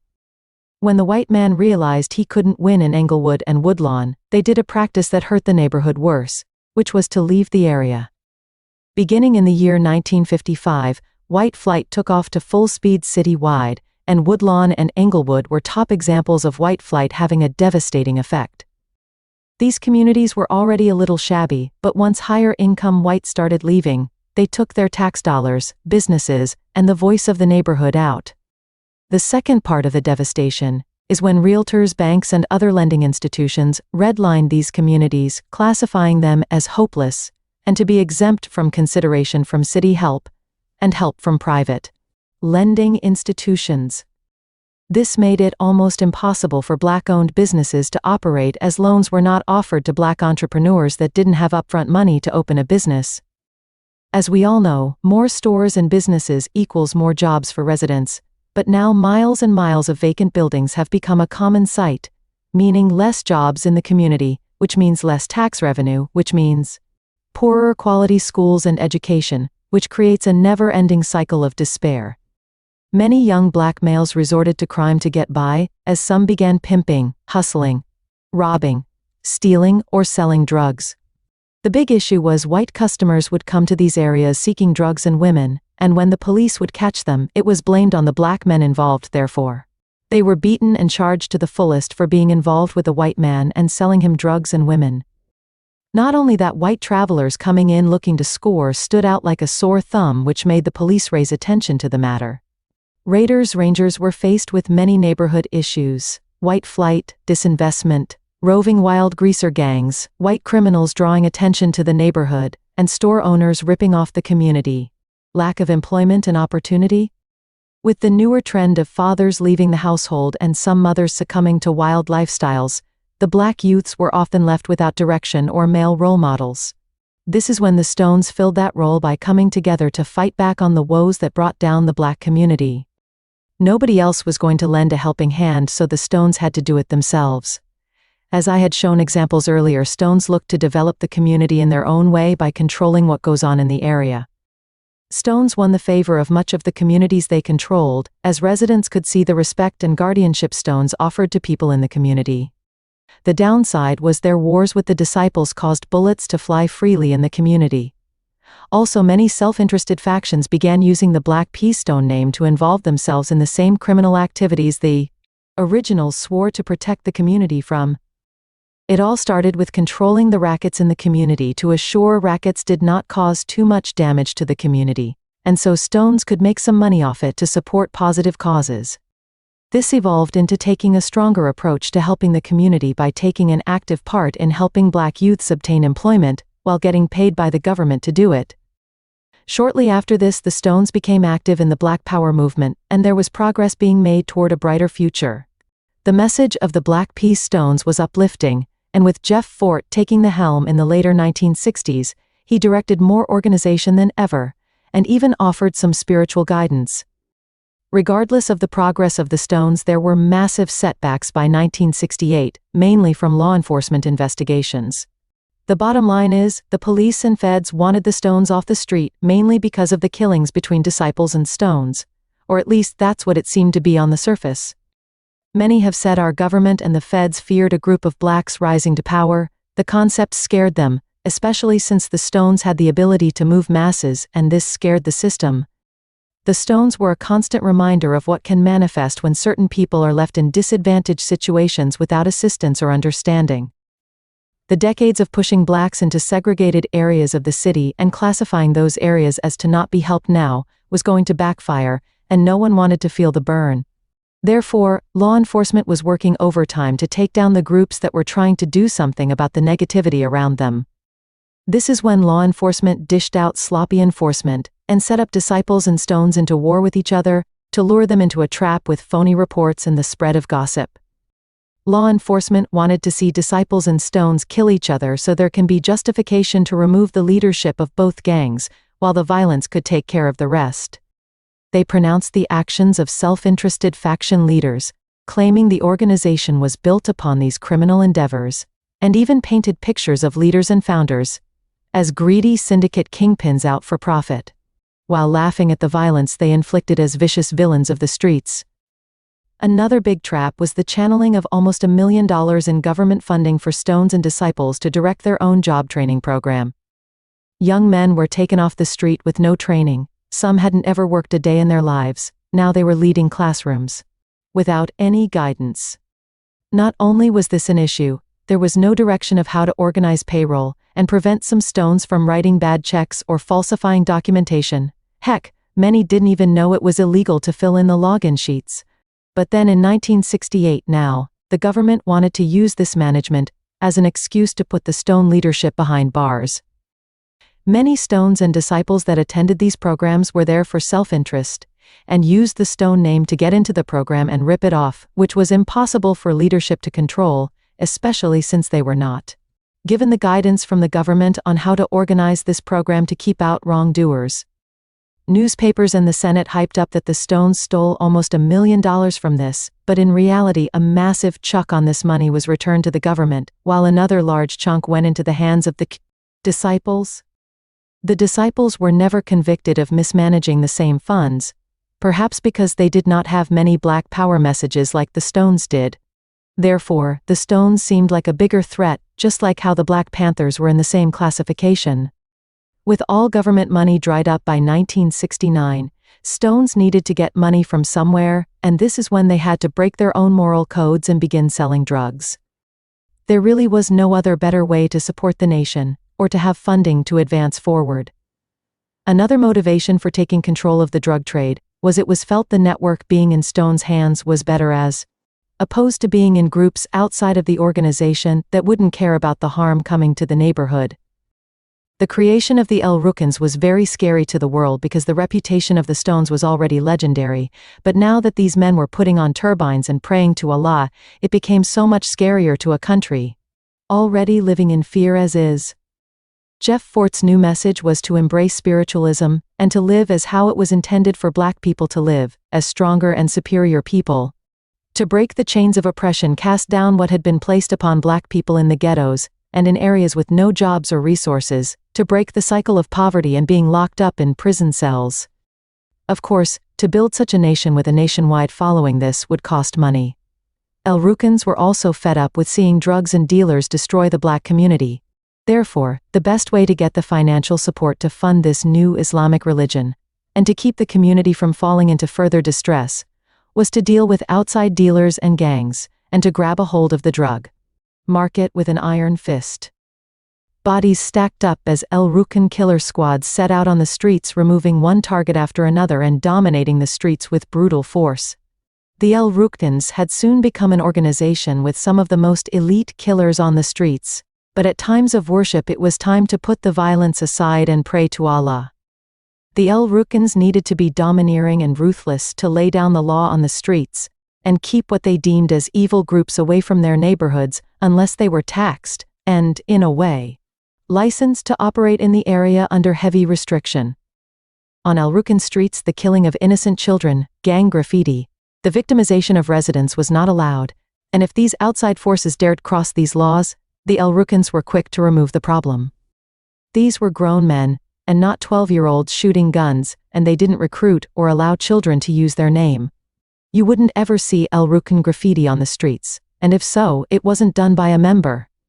The only time harm came to people in the neighborhood is if they became too nosy in El Rukan business, hence, violence against witnesses. El Rukan membership was selective because Jeff Fort didn't allow loose cannons in his group or anyone he couldn't trust. Because of this selectivity, he turned his back on most of the Black P Stones, and even demanded they drop their name in the 70s. As I have pointed out, our country and law enforcement became increasingly afraid of the El Rukans, especially since our country was having many disputes with Middle Eastern countries like Libya and Iran that made threats to the United States, as leaders of these nations like Ayatollah Khomeini and Muammar el-Gaddafi spoke of war and weapons against the United States.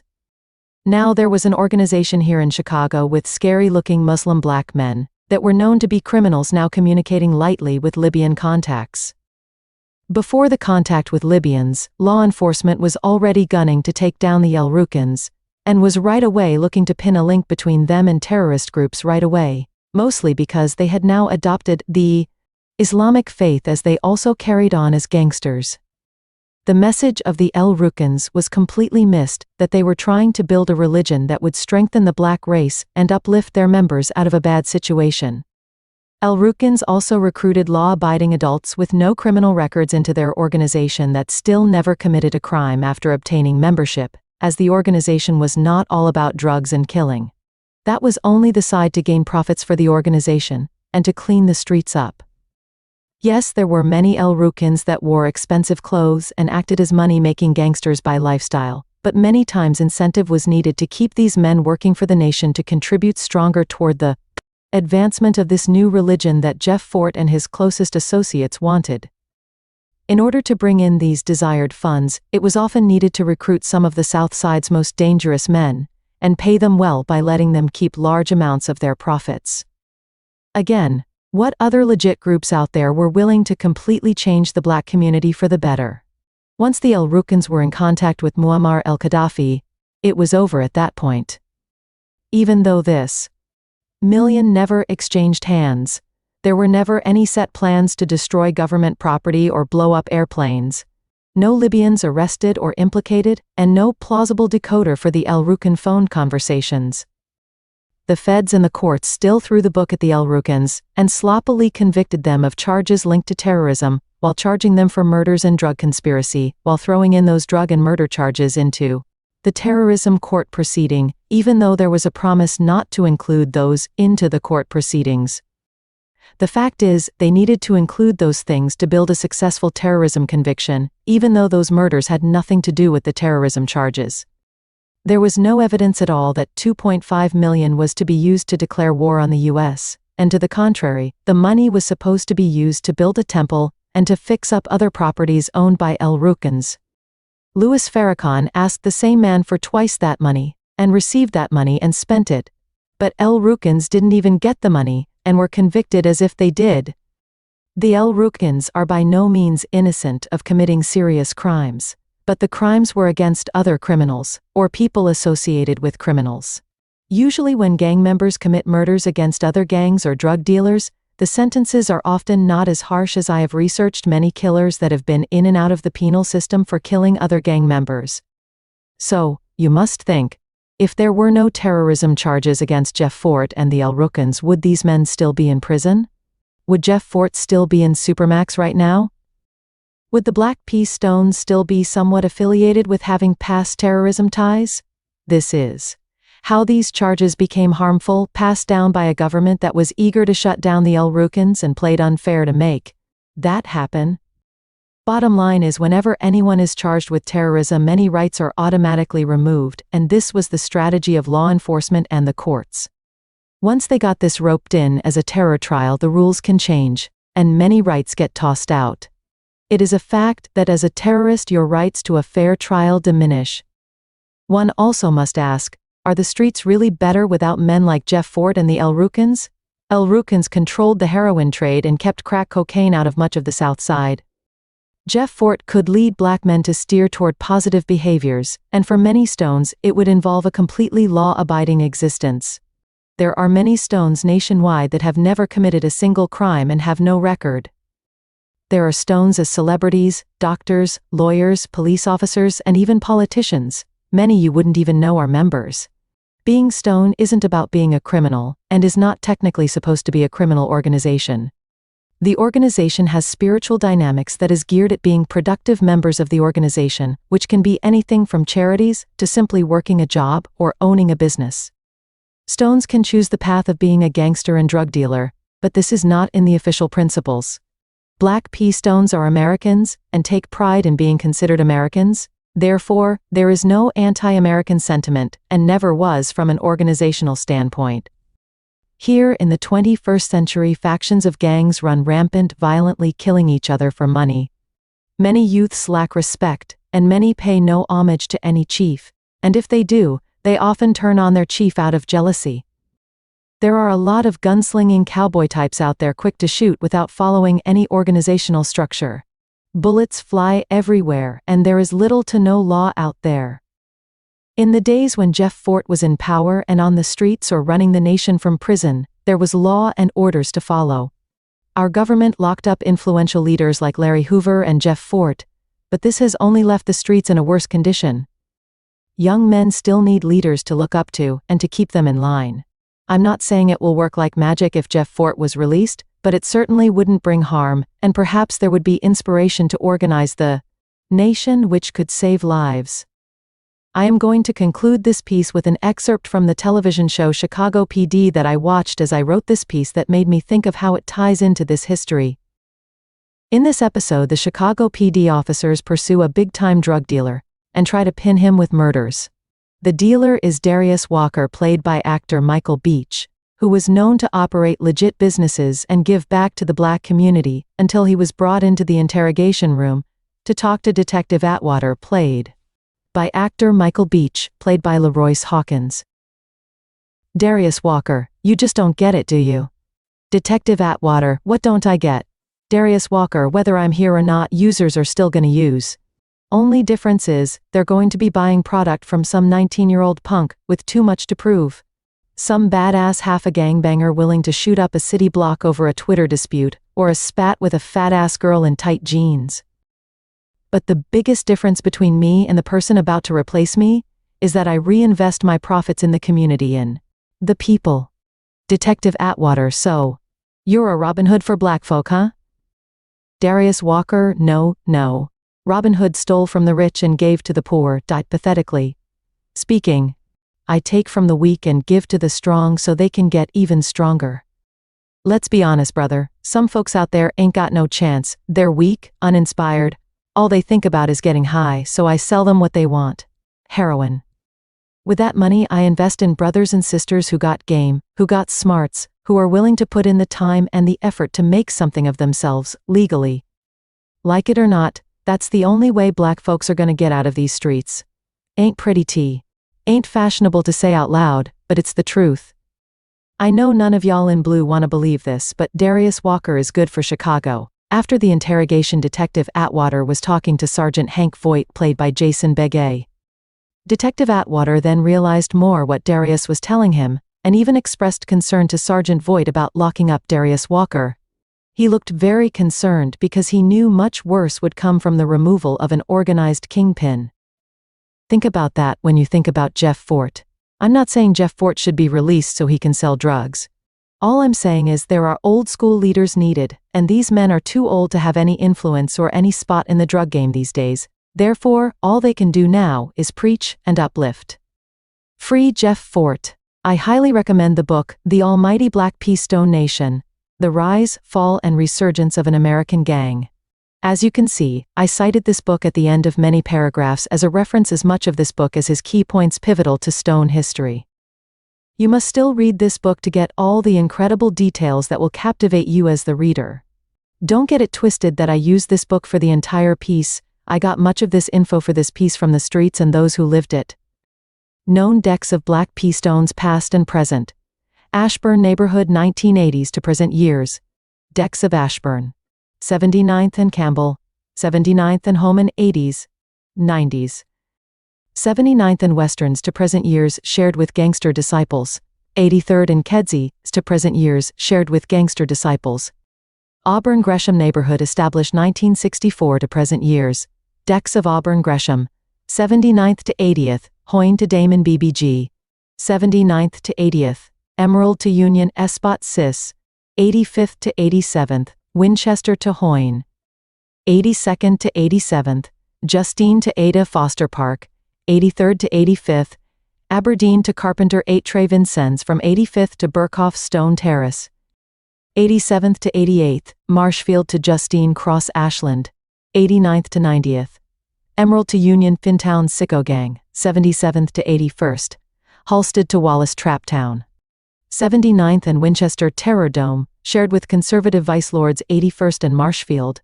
82nd from Emerald to Union, 83rd and Damon.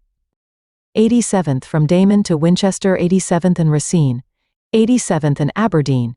87th from Euclid to Jeffrey Apache Stones, Outlaw City. 87th and Wallace. 3rd in Marshfield the Royal L. Rukans 79th, and Homan 79th, and Racine 83rd and Rhodes. 87th from Damon to Racine Ducktown 87th and Ashland.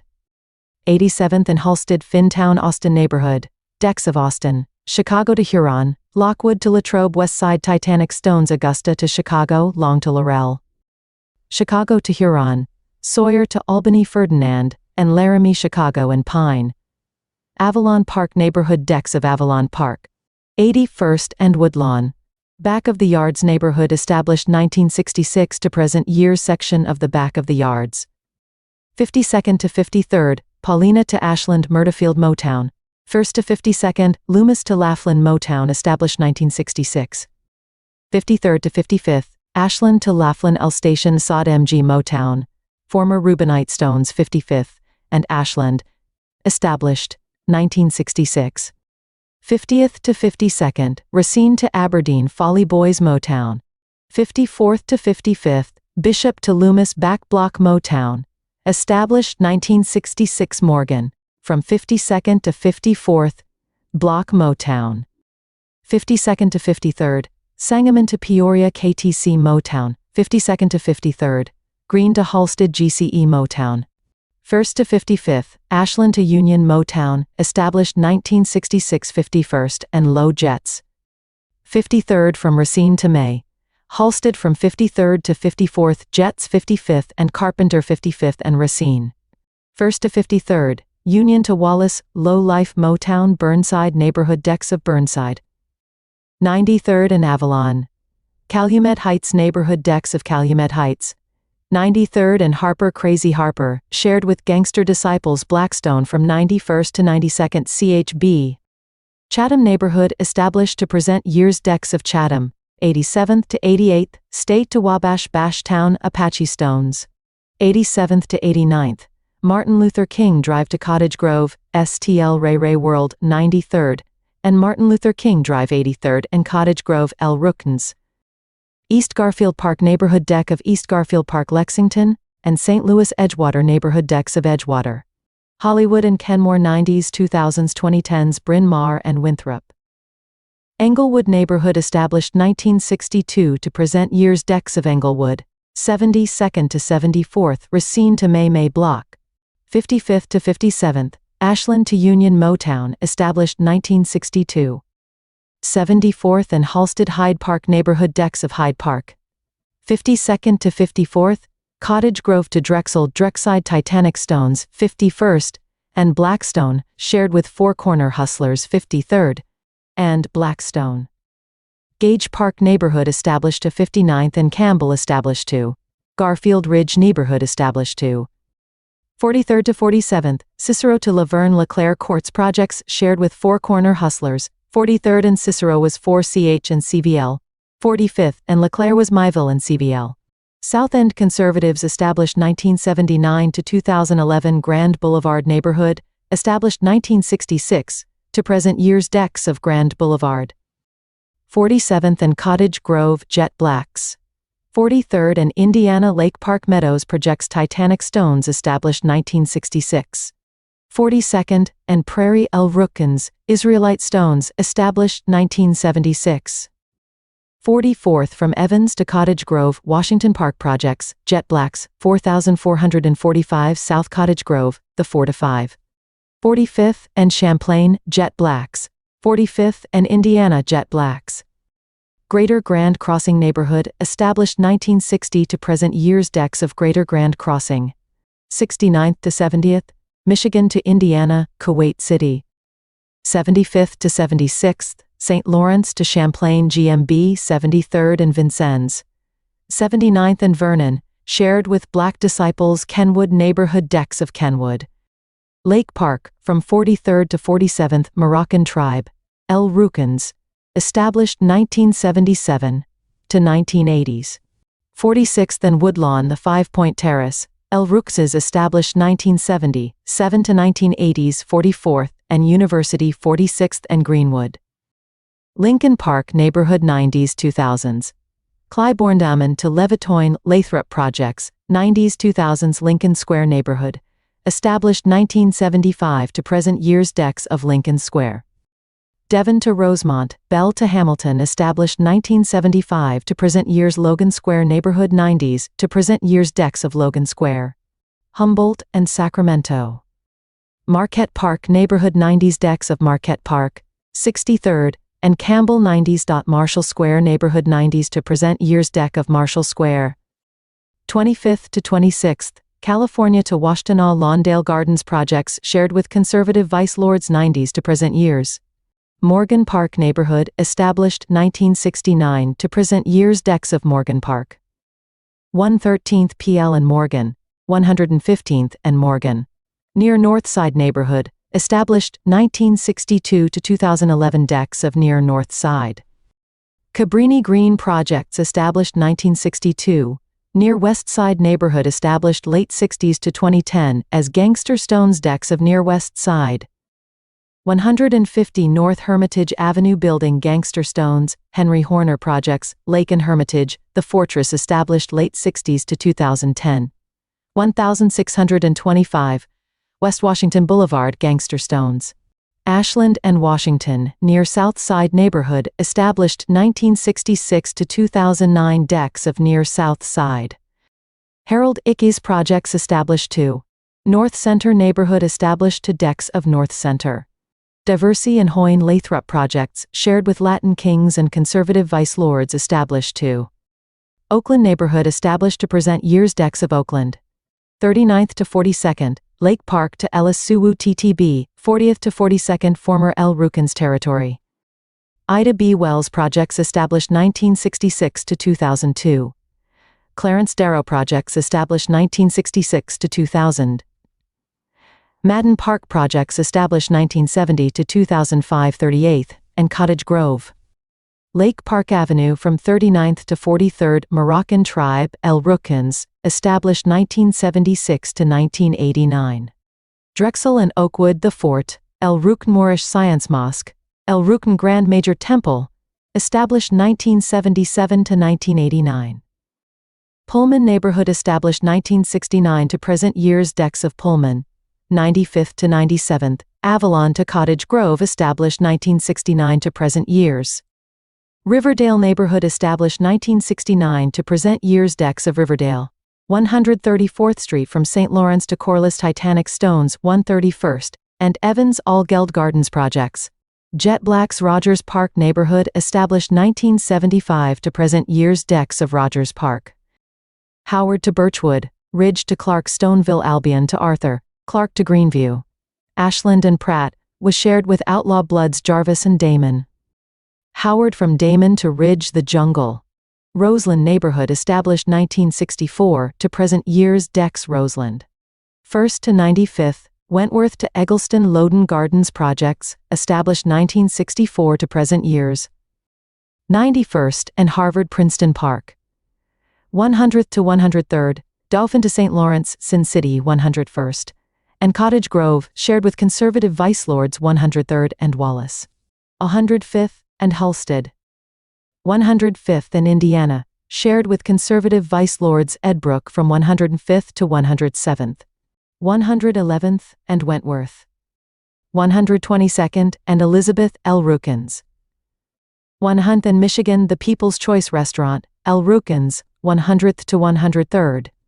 Cottage Grove to State London Town, 103rd to 107th, Halstead to Eggleston 107th from Michigan to Indiana 113th and Harvard. 113th in Eggleston. 113th in Michigan, shared with Mickey Cobras's South Chicago neighborhood established to present years decks of South Chicago. 79th to 80th, Houston to South Shore Drive EB Jacktown Titanic Stones 81st to 82nd, Houston to South Shore Drive Deuce. 83rd to 84th, Kingston to Saginaw No Limit Stones, Tony World. 83rd to 84th, Burnham to Muskegon Quill Block. 86th to 87th, Phillips to Kingston D Block Apache Stones, 87th to 88th. Essex to Colfax No Limit Stones, Medina. 87th to 89th, Burley to Mackinac GME Row Block. 90th to 92nd, Muskegon to Commercial Bloodstones, Slaughtertown 82nd, and Escanaba shared with conservative vice lords. Triple B's 82nd from Houston to Baltimore Titanic Stones 83rd and Colfax No Limit Stones. Kingston from 79th to 83rd, Kingston Killers, 79th to 83rd. Yates to Colfax Terrortown 87th from South Chicago Drive to Commercial. Escanaba from 90th to 91st Slaughtertown. South Deering Neighborhood, 2010s to present years decks of South Deering. 95th and Constance 2010s to present years. South Shore Neighborhood established to present years decks of South Shore, 67th to 69th, Jeffrey to Clyde Murder Show, Titanic Stones, 74th to 75th. Bennett to Jeffrey Guwap Gang 75th to 78th, Yates to Exchange Terrortown. 77th to 79th, Exchange to South Shore Drive Sino City Coles Mob. 78th to 79th. Constance to Crozier C Block 71st and Blackstone 75th and Stony Island. 74th and Phillips Maniac Stones, 75th, and Colfax El Rukans, 78th, and Kingston 79th and Essex. 79th and Yates El Rukans.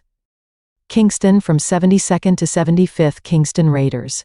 74th PL and Kingston Peace and Love Building, El Rukan's 76th, and Kingston Eastside El Rukan's 71st and Stony Island El Rukan's 69th and Stony Island Titanic Stones, 73rd to 79th, Yates to Colfax Terrortown 74th in Essex, 79th, and Paxton, 79th and Oglesby. Uptown neighborhood established 1969 to present years decks of Uptown. Foster to Lawrence. Winthrop to Sheridan established 1969 to present years Washington Heights neighborhood established 1964 to present years decks of Washington Heights.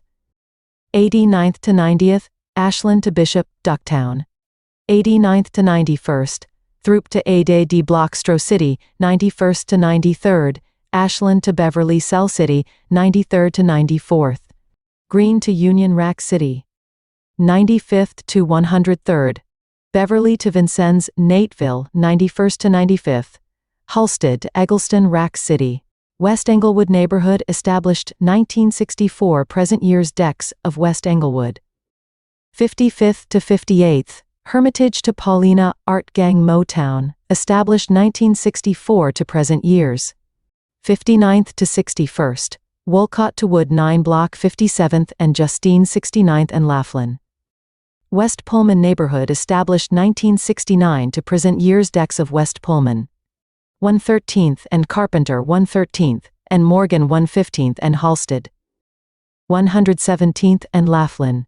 122nd and Carpenter 128th and Low. West Ridge neighborhood established 1979 to present years decks of West Ridge. Bell from Highland to Devon. Howard to Toohey, Ridge to Western, The Jungle. Wicker Park, West Town neighborhood established 1993 to mid-2010s decks of Wicker Park. Potomac to Crystal, Levitt to Hoyne, shared with conservative vice lords, 1993 to 2010s. Woodlawn neighborhood established 1959 to present years decks of Woodlawn. 63rd, Langley to Evans Chief Town, established 1959 to present years 62nd to 63rd. Blackstone to Stony Island Stony Spot, established 1959 to present years. 64th to 65th. Blackstone to Stony Island Dipset 650, established 1959 to present years. Blackstone from 63rd to 67th, Mecca, established 1959 to present years. Harper, from 63rd to 64th, historic Harper's Boys. Ellis from 65th, Ellis Rebel Stones. 67th and Stony Island Southmore Hotel, the Crest Hotel, established 1969 64th, and Harper, the Harper Building. El Rukan's 63rd, and Woodlawn, the Stonehenge, El Rukan's. 64th and Kenwood, the African Hut Restaurant, Alhambra, El Rukdane's 64th and Woodlawn the Pyramid Towers, El Rukdane's Woodlawn and Minerva, Morocco El Rukane's Suburbs. Alsip, Bellwood established, Bolingbrook established Calumet City Calumet Park. Chicago Heights established Crestwood Decatur. Dixmoor established Dalton. Evanston established 1980 Flossmoor. Ford Heights established 1964. Harvey established 1964 Hoffman Estates Joliet. Justice. Markham established 1964, Maywood established 1980 Moline Peoria. Riverdale Isle Phoenix, established 1964 Robbins, established 1964 Rockford. Waukegan established 1980 Westmont. Zion established 1980 Gary, Indiana. Hammond, Indiana.